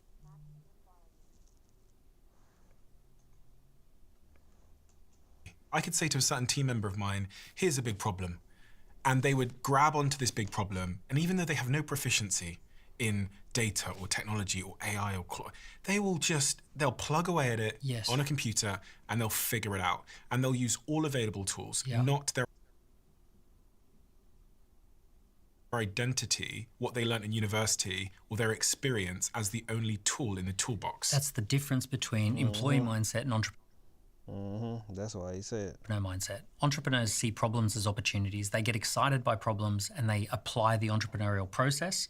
And employees say, hey, wait a second, I was never trained for this. I was never told how to do this. I was not given the rule book for this. So therefore, I'll just ignore it. I'll stay away from it because problems, it's not my problem. And this is the big fundamental shift. We need to say, hey, problems are great. We want problems. And is this problem for me? How would I test my assumptions? How would I build something quickly and cheaply? How would I then test that? How would I then scale that? Right? And it's just those kind of few steps that if you embrace those entrepreneurial steps, then life becomes great. I have a contrarian. That's true. That's true. That's so true. Take that. I think writing is actually more important now than ever before, because writing is a proxy of understanding. And in a world of AI, what I'm finding when I look at like my innovation teams or where breakthroughs are coming from in my company, it's actually someone had a really good question. Yes. So they were like, could we theoretically analyze all of our sales calls using Claude to see if there's something interesting in there. Now that starts with someone understanding sales calls, understanding the tools that allow you to analyze them. They have lots of reference points. They understand lots of variant things. And that means they ask a really great question. So for me, one of the ways that I've been able to understand more things is to write more often about them. Can I go one step further? Yeah, please. And that is a process called pause, reflect, document. And pause, reflect, document, if you do it correctly, you go into nature, away from noise and away from technology, and you take a pen and a paper and you sit in nature on a bench and you just pause and just let some boredom set in. You reflect on what's going on. You try and zoom out No, that's... to the bigger picture. You do some journaling and you do some dot connecting where you say, what are some of the dots that have happened in the last 5 years? What are some of the bigger picture? You think about it, you get deep in it. Get deep in your thoughts with it. Impacts that I've made? What are some of the problems that I've struggled with? What if this was possible? What if that was possible? We live in this incredible fast-paced world where the one thing that no one allows themselves to do is to pause, reflect, document with a pen and paper. Yeah, we ain't got time. And those people who I know who are doing incredibly well are doing more and more of this. Yeah. Yeah. Same. I mean, you're one of them. You're a person who's, I mean, look at this. Yeah. This is a lot of books. That's my head. But you tweet every day, you post every day, you're constantly experiencing something in the real world, writing it down to develop your thinking, which Richard Feynman talks about the process of understanding. That's the one thing I don't do. I'm not big on writing down, but you know, you can take notes on it and do other things besides. I feel like writing down and saying it in your notes, or you know, saying it, getting it out your head is good too, but I ain't where they at either, so. Where you learn something, condense it so an average person can understand it, then you share it with the world to collect feedback on that thought. He said that's the fastest, best way to learn. Yeah. But actually in a world of AI where ChatGPT can do all of that for me, we're deferring our ability to sort of condense, compress and understand to an AI because we think it's creating an efficiency gain or a productivity gain in the near term. Like maybe today's email will save you 30 seconds, but the tax you're paying, I think, is an understanding. And understanding is a proxy of, therefore, you know, writing great questions. I find myself writing more. I wrote a memo I was up till 2 a.m. last night writing a memo about my own industry. Which means you were up late thinking. Yeah. You were thinking clearly, and that was what you were really doing. A great question I want people to reflect. No, that's real, though. I actually like that, dude. What do y'all think about that? Do we need to write more? I think it's person to person, because some people that works for them and they got the skills to be able to do that, and you could work on them skills, but we all learn and do things at different paces too. So I feel like that can just come with, you know, talking more and, you know, journaling more with voice journaling, voice memos and stuff like that. That's how I feel like I do it. But I do see what he's saying on having AI do it for you. It kind of leaves the question out because the AI already answered it for you. You didn't have to read it. But I feel like you read it and then you get AI to do it, and then you figure out what's the best answer from AI. So that's where I'm at with this. Make sure you guys like, share, subscribe. Comment below what you think about this right here and how AI can help us, and we can go from there. I appreciate you guys for watching. What is our next video?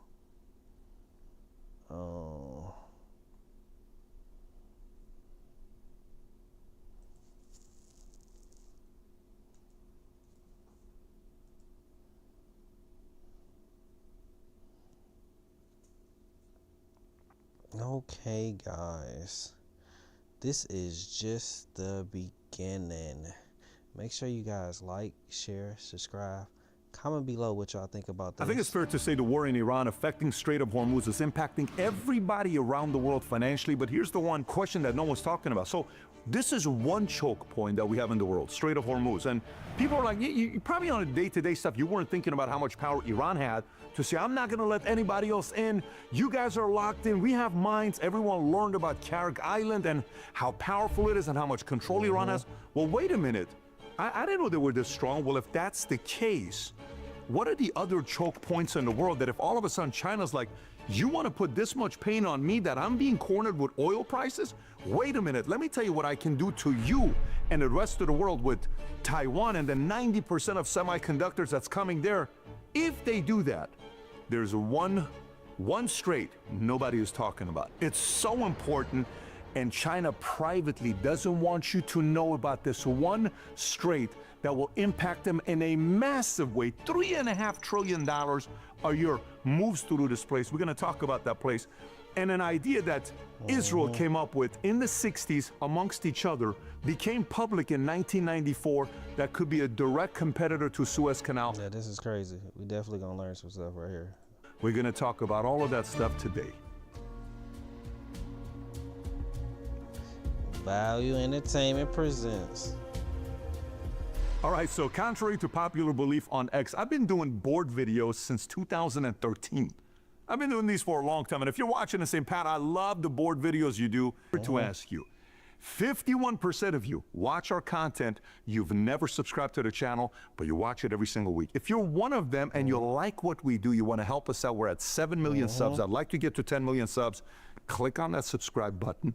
It helps us out with our algorithms and grows our audience. Thank you for doing that. Just click on that subscribe button right there. Having said that, let's get right into another board video here. So, Strait of Hormuz, okay, Persian Gulf, Gulf of Oman, 21 million barrels a day goes through Strait of Hormuz. We're seeing That's crazy. 21 billion barrels go through. And they say y'all ain't going through it.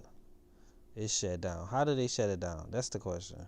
pain for everybody. Gas prices this morning, I'm talking to Rob, on the podcast. He says, Pat, gas prices 2 weeks ago, he's paying $2.75. This morning, $3.99. If you're watching this, your gas prices have probably gone up 50 cents to $1.20 per gallon. Whatever part of the country you live in, you're feeling it, right? Now, why is that? 20 to 25% of all seaborne oil trade, 20% of global LNG goes through the Strait of Hormuz, primarily oil from Saudi, UAE, Iraq, Kuwait, Qatar, and a big chunk of the oil that China relies on comes from here. So they felt the pain in a massive way. So what does Iran do with I wonder if their gas is crazy too. Operation Epic Fury that started on February 28th? Iran closed the strait March 2nd. Now, they've done that to 21 different merchant ships. Obviously, we've destroyed their navy. We've killed 50 of their leaders. Supreme leader, we just killed their chief intelligence officer. I'm just killing them all. That's crazy. So this is not a good situation, but if you go right now to find out if Strait of Hormuz is open or closed, it'll say restricted. Why? We'll get to that here in a minute as well. Keep in mind, a lot of people think Strait of Hormuz, it's 21 miles wide. If it's 21 miles wide, you have to be able to get a bunch of ships that go through at the same time, right? Nope, only two.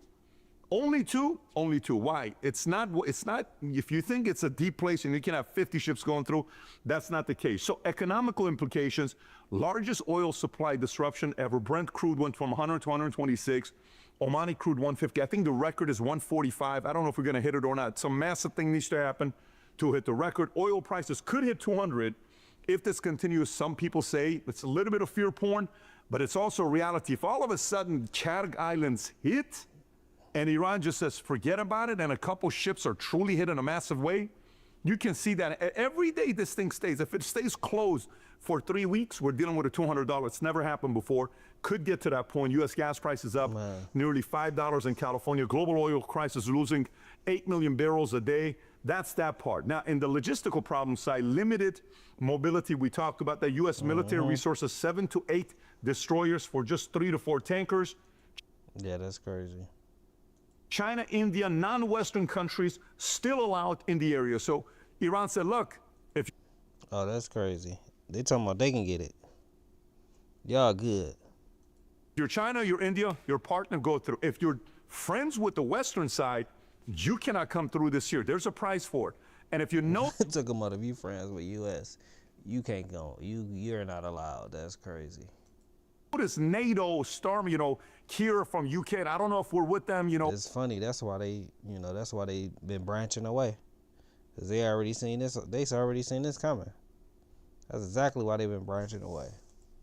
President Trump comes out, I need you guys to be on our side. Oh, we can't. We want to kind of have a place because we got to get through. So it's... Hello, what's up?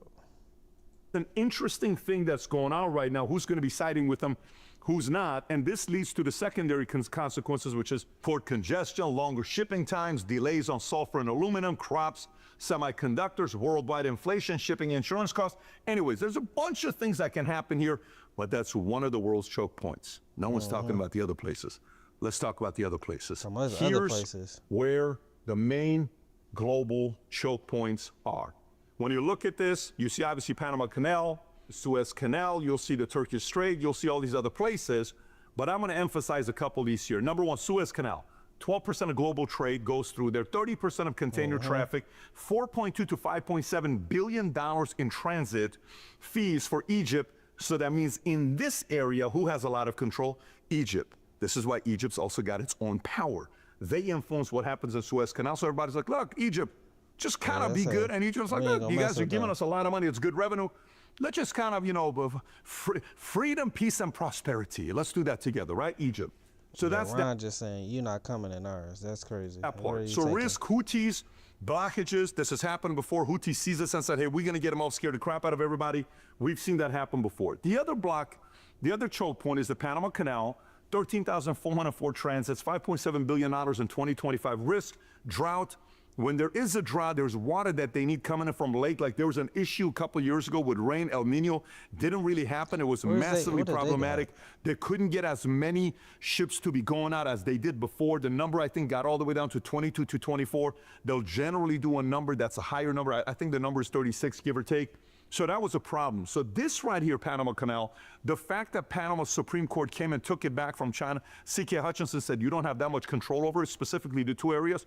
That's massive. Now, of course, CKs can come back and ask for money. China's probably not happy about that. This was one of the choke points I was very concerned about. If China could have a lot of control over, this is a good thing. Now watch the next one, Taiwan. Here's a concern with Taiwan. That's why China say they want it. This is exactly At any why given China... time, this is a picture from May 26th of 2024. This is Taiwan. I can't wait. I'm patient. What you talking about? You patient with what? DW. Taiwan. This is mainland China. Blue ships. That's Taiwan. That's U.S. Japan, U.S., U.S., Taiwan, U.S., Taiwan. All the blue. Everything you see with red is China. They all need to protect this place. China says this is ours. Now, if China decides to go scorched earth and say, you know what, here's what we're going to go after Taiwan, and we're going to do all this stuff to hurt you guys with the ships. There's one area no one's talking about, the Strait of Malacca. And here's why this is important. 94,000 ships annually goes through here. You don't hear a lot of talks about Strait of Malacca. 25% of all goods, we're talking about $3.5 trillion of trade value that's moving through this place that we don't talk about a lot. What is that? But this is a massive risk for China. Why? That's 80% of oil imports. So let's take a look at this. When you look at this map, okay, this is China mainland. This is the Strait of Malacca. Okay, you may say, what's the big deal? For them to go through, they have to go through here. This is Indonesia. By the way, it's interesting because Indonesia, you see how big it is and how much of the size they have. It's, I think, like 650 to 700 kilometers. Even though it's that much, they're only making $3 billion a year off the Strait of Malacca. They don't charge any tax, nothing like that. Malaysia, right on this side, they have 650 kilometers that comes through right there. They make $7 billion a year. See Singapore, how small it is? That small little place, it's only 24 kilometers. They make the most money, $15 billion every year from the Strait of Malacca. Why? Services, people stop by, get their things scored away. There's so many different great experiences and services there. So they make that money for themselves. But the point here is the fact that if anything happens here, like the Strait of Hormuz, they put a stop to that, China's going to feel it. Now, of course, they have alternatives, but they don't want anybody to be messing with the Strait of Malacca. Now, last but not least, I told you at the end that Israel's sitting there saying, look, you know, our concern is with the Strait of Hormuz, all the way on the other side, it's like 193 kilometers. When you look at this one here, Israel, back in the 60s, came up with an idea that they internally talked about, became public in the 1990s, I think 94, and they said, look, if we have to use Suez Canal, what if all of a sudden one day they say, Egypt says, hey, Israel, you better or else, guys, we got to think about ourselves long term.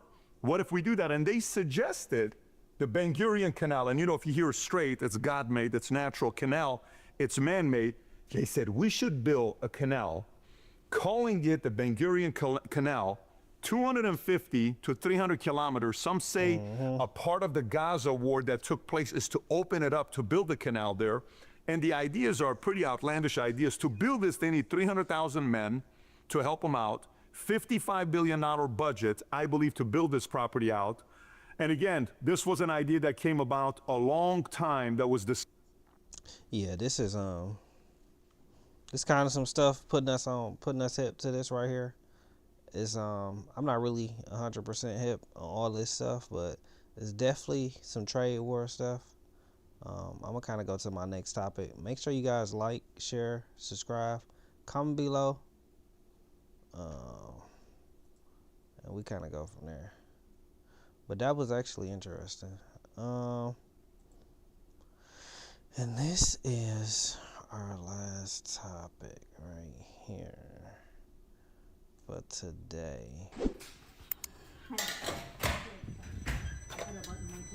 No matter how much you place people places, when people are trash, especially black people, you're going to get trashy results. Well, I feel like that's with everybody. I don't like when people put people in just a box. When you put people that didn't have to work super hard for something, and something that's really, really, really nice, then, you know, that's the results that's going to happen sometimes. Make sure you guys like, share, subscribe. Comment below what y'all think about this topic right here. I live in this apartment complex, and it ain't even a year old. So we have wives that tied by the belly. It smells very exotic. It looks really nice on the outside. Like it looks And brand it makes new. no sense to It me. definitely look nice. I ain't gonna lie. How people can do nice places. Hey, how you doing? Every time you get people to move in something nice. Well, too, that's why you can't give people just stuff. You can't just give people stuff. If you get somebody something, it's gonna be hard for them not to take advantage of it after you give them something. They don't recognize that you have to level up with your decency. Then why are you going into places to where? How they gonna level up? They didn't level up. Somebody just gave it to them, so they didn't level up. They still at the same point.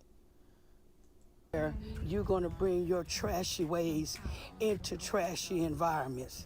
Let me give you all a prime example of what I'm talking about. Like I said, my apartment complex right there ain't even a year old.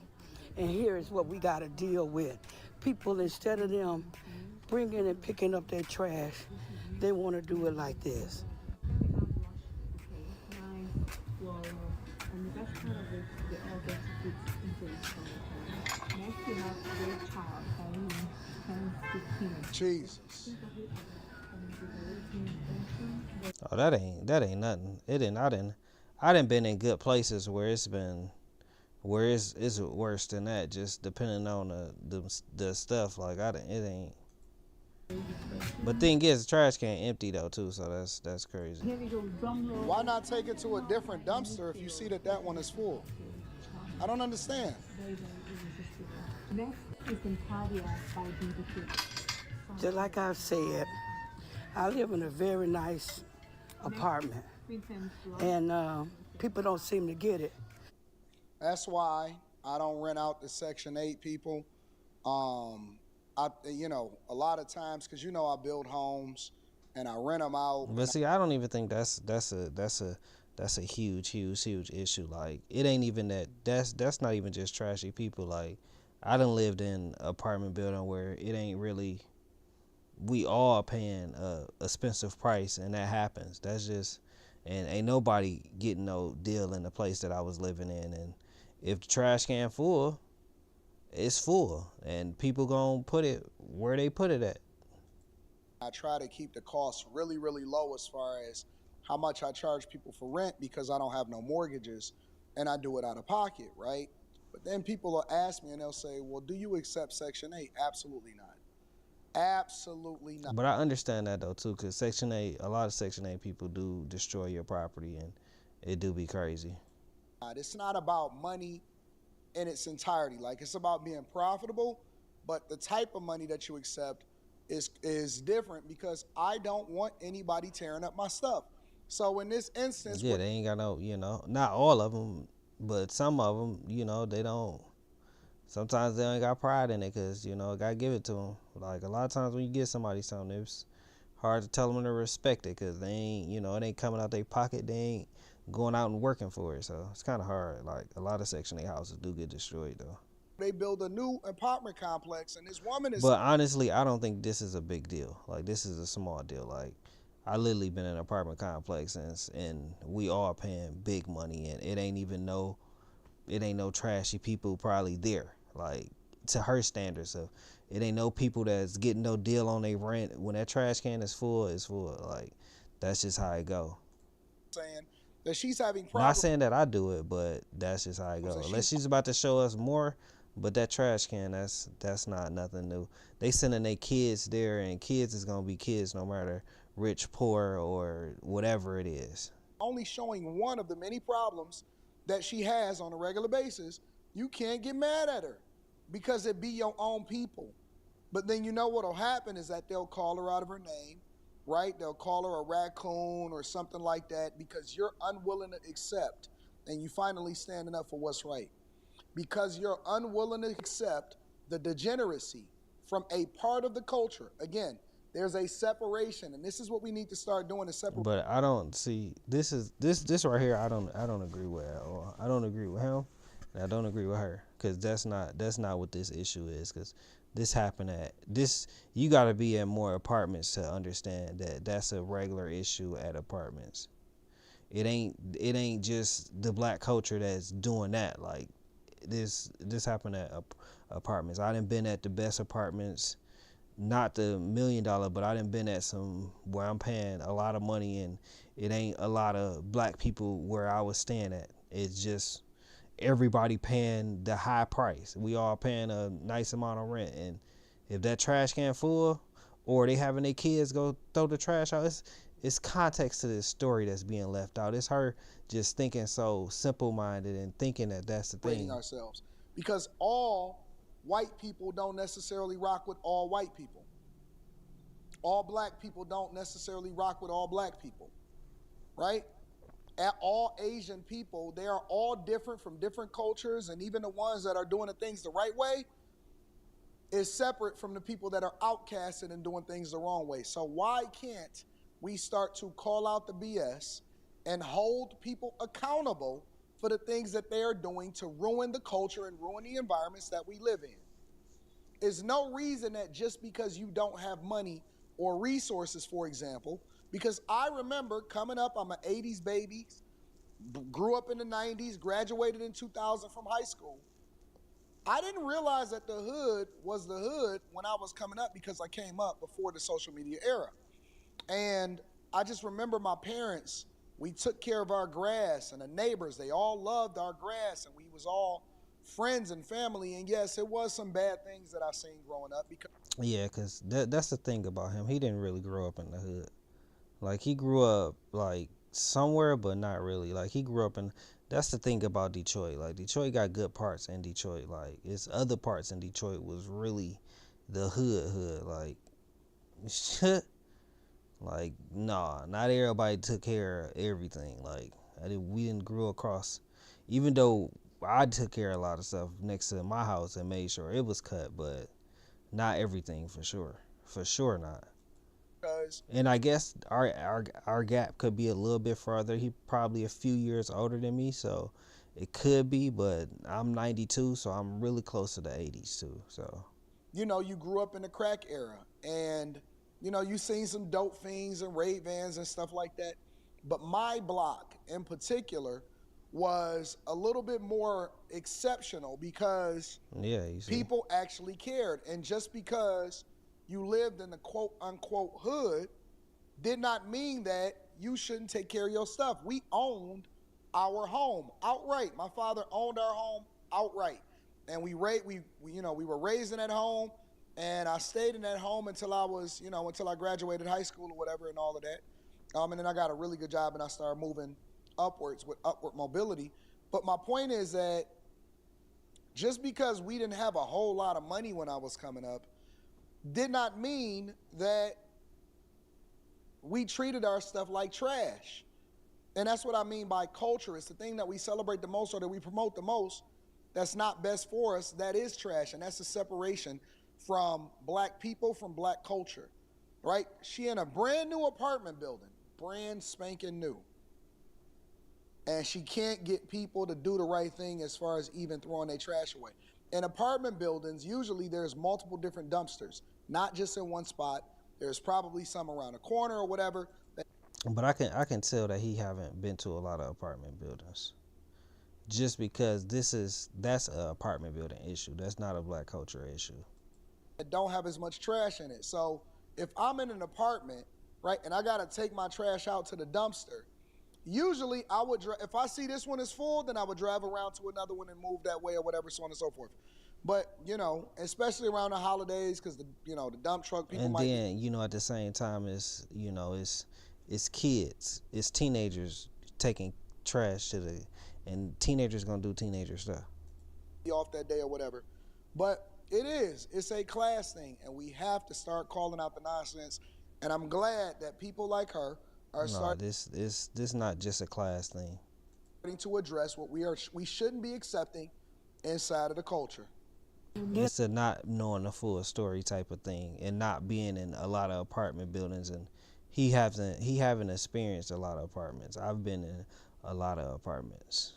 Like, it's big complexes like that. It happens no matter what. And I wonder why some people don't be wanting certain people in their areas. Me being a black woman, I understand now why so many people, and it ain't got nothing to do with racism. People just know that a lot of folks will get into your neighborhood and they'll trash it up. See the moving truck right there? A lot of people will get into your environment and they'll trash it up. They'll scuff up the walls in the hallways of nice apartments. They'll drop chicken bones. They'll drag garbage bags all the way. This is a concrete walkway. They'll drag trash all across the yard and everything and stuff. I can't seem to understand for the life of me. When people are born or raised in the projects don't have to be in you, just like Jesse Jackson said. I was born and raised in the projects, but the projects wasn't in me. People got... Yeah. It's, I don't like people to box, I don't like people to box people in the box, and I feel like that's a lot what both of them are doing. They putting, everybody got these issues, and especially at apartment buildings. The nerve to get into something nice and then treat it like they are. Yep. Just because you trash, it don't mean you have to trash where you live at. I just had to make a point out of that because that made no sense to me. You don't have to do that. Especially black people. Y'all do too much. Y'all don't care about nothing. Y'all don't have no home raising, no home training, no nothing. Some of you. We always against ourselves. The good is against the bad. We always against ourselves. Whoa. And I don't get it. We're against ourselves more than anybody else is against us. And it makes me sick. Can't even move into some place new and nice and upgrade because the hood is chasing you. It's chasing you down. The culture is chasing you. The degeneracy is chasing you. And they are trying to take control of your life by forcing you to accept that this is our reality. This is our new normal. This is the way that we need to be. I disagree and agree with this. I don't agree really at all. I disagree and agree, but in apartments like that, that stuff like that is going to happen. It's all about the maintenance, cleaning certain stuff up too. Like certain stuff, when it's like that, certain stuff you can't avoid, kind of. Like, it's a lot of people, and it ain't just the black culture. It's just blaming it on something just sells better. That no matter where we go, we take us with us. and that you can't change. I want to just say this. You are not the environment that you were raised in.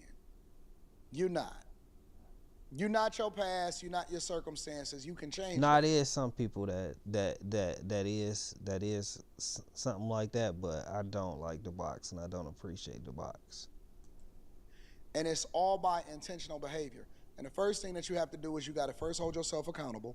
The second thing that you have to do is you got to make sure that you continue to work.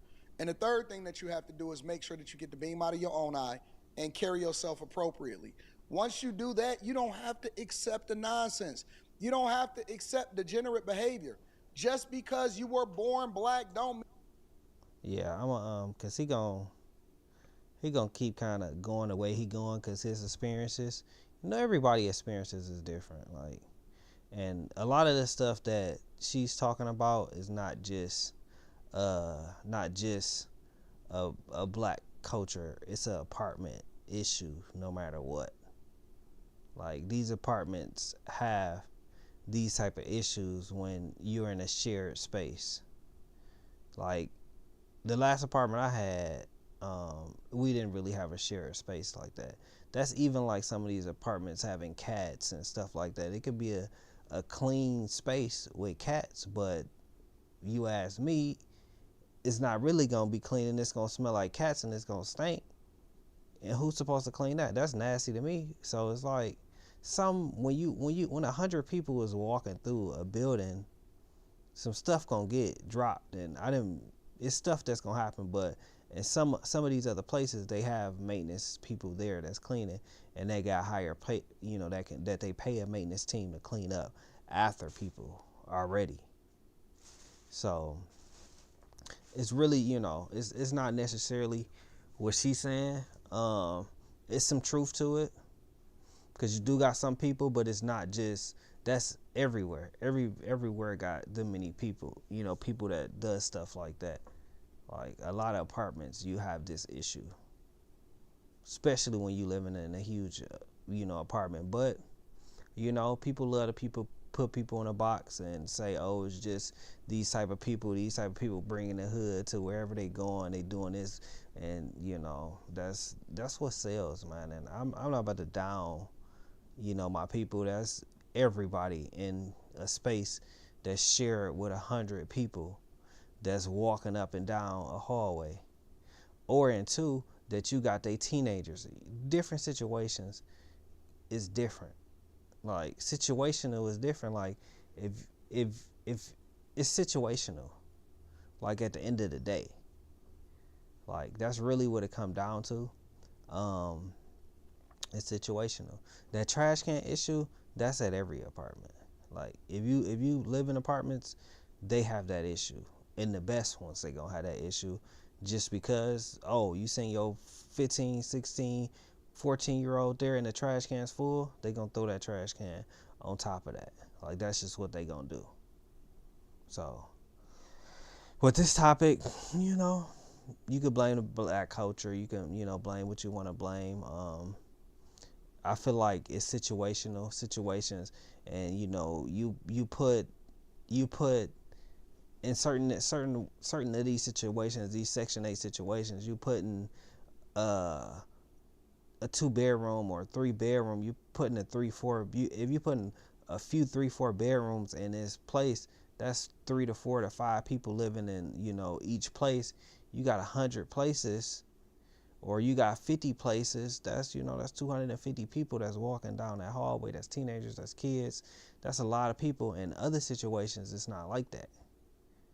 Like, it's 1 or 2 people that's there. It's adults that's there. When in more higher level and higher class and more money, they're not staying in that place that long with their kids. They stand in that place by themselves. So it's different situationals. It's situational, and that's what they don't take out of it. Like, they just feel like, it's this, but some of these issues happen there too. And some of these issues are situational too. Some of these issues that you're jam packing all these people in this place and thinking it's gonna be clean, and you're not hiring no service to help clean up. Some of these places that's out, they got these places, they got people that clean up. So you don't even notice if stuff is getting left, messes is happening, because they got a cleaning team that cleans up. So it's situational. You know, they want to blame it on the hood coming, wherever it's coming to. It's not necessarily that. It's just the fact that when you put a lot of people in a place, stuff like that just gonna happen. So that's really my take on it. And appreciate it. You guys can like, share, subscribe, comment below. Let me know what y'all feel about this topic. And I shall see y'all when I see you. And that's a wrap. I think that's all the topics we got for today. And peace, peace, peace, peace, peace, peace, peace.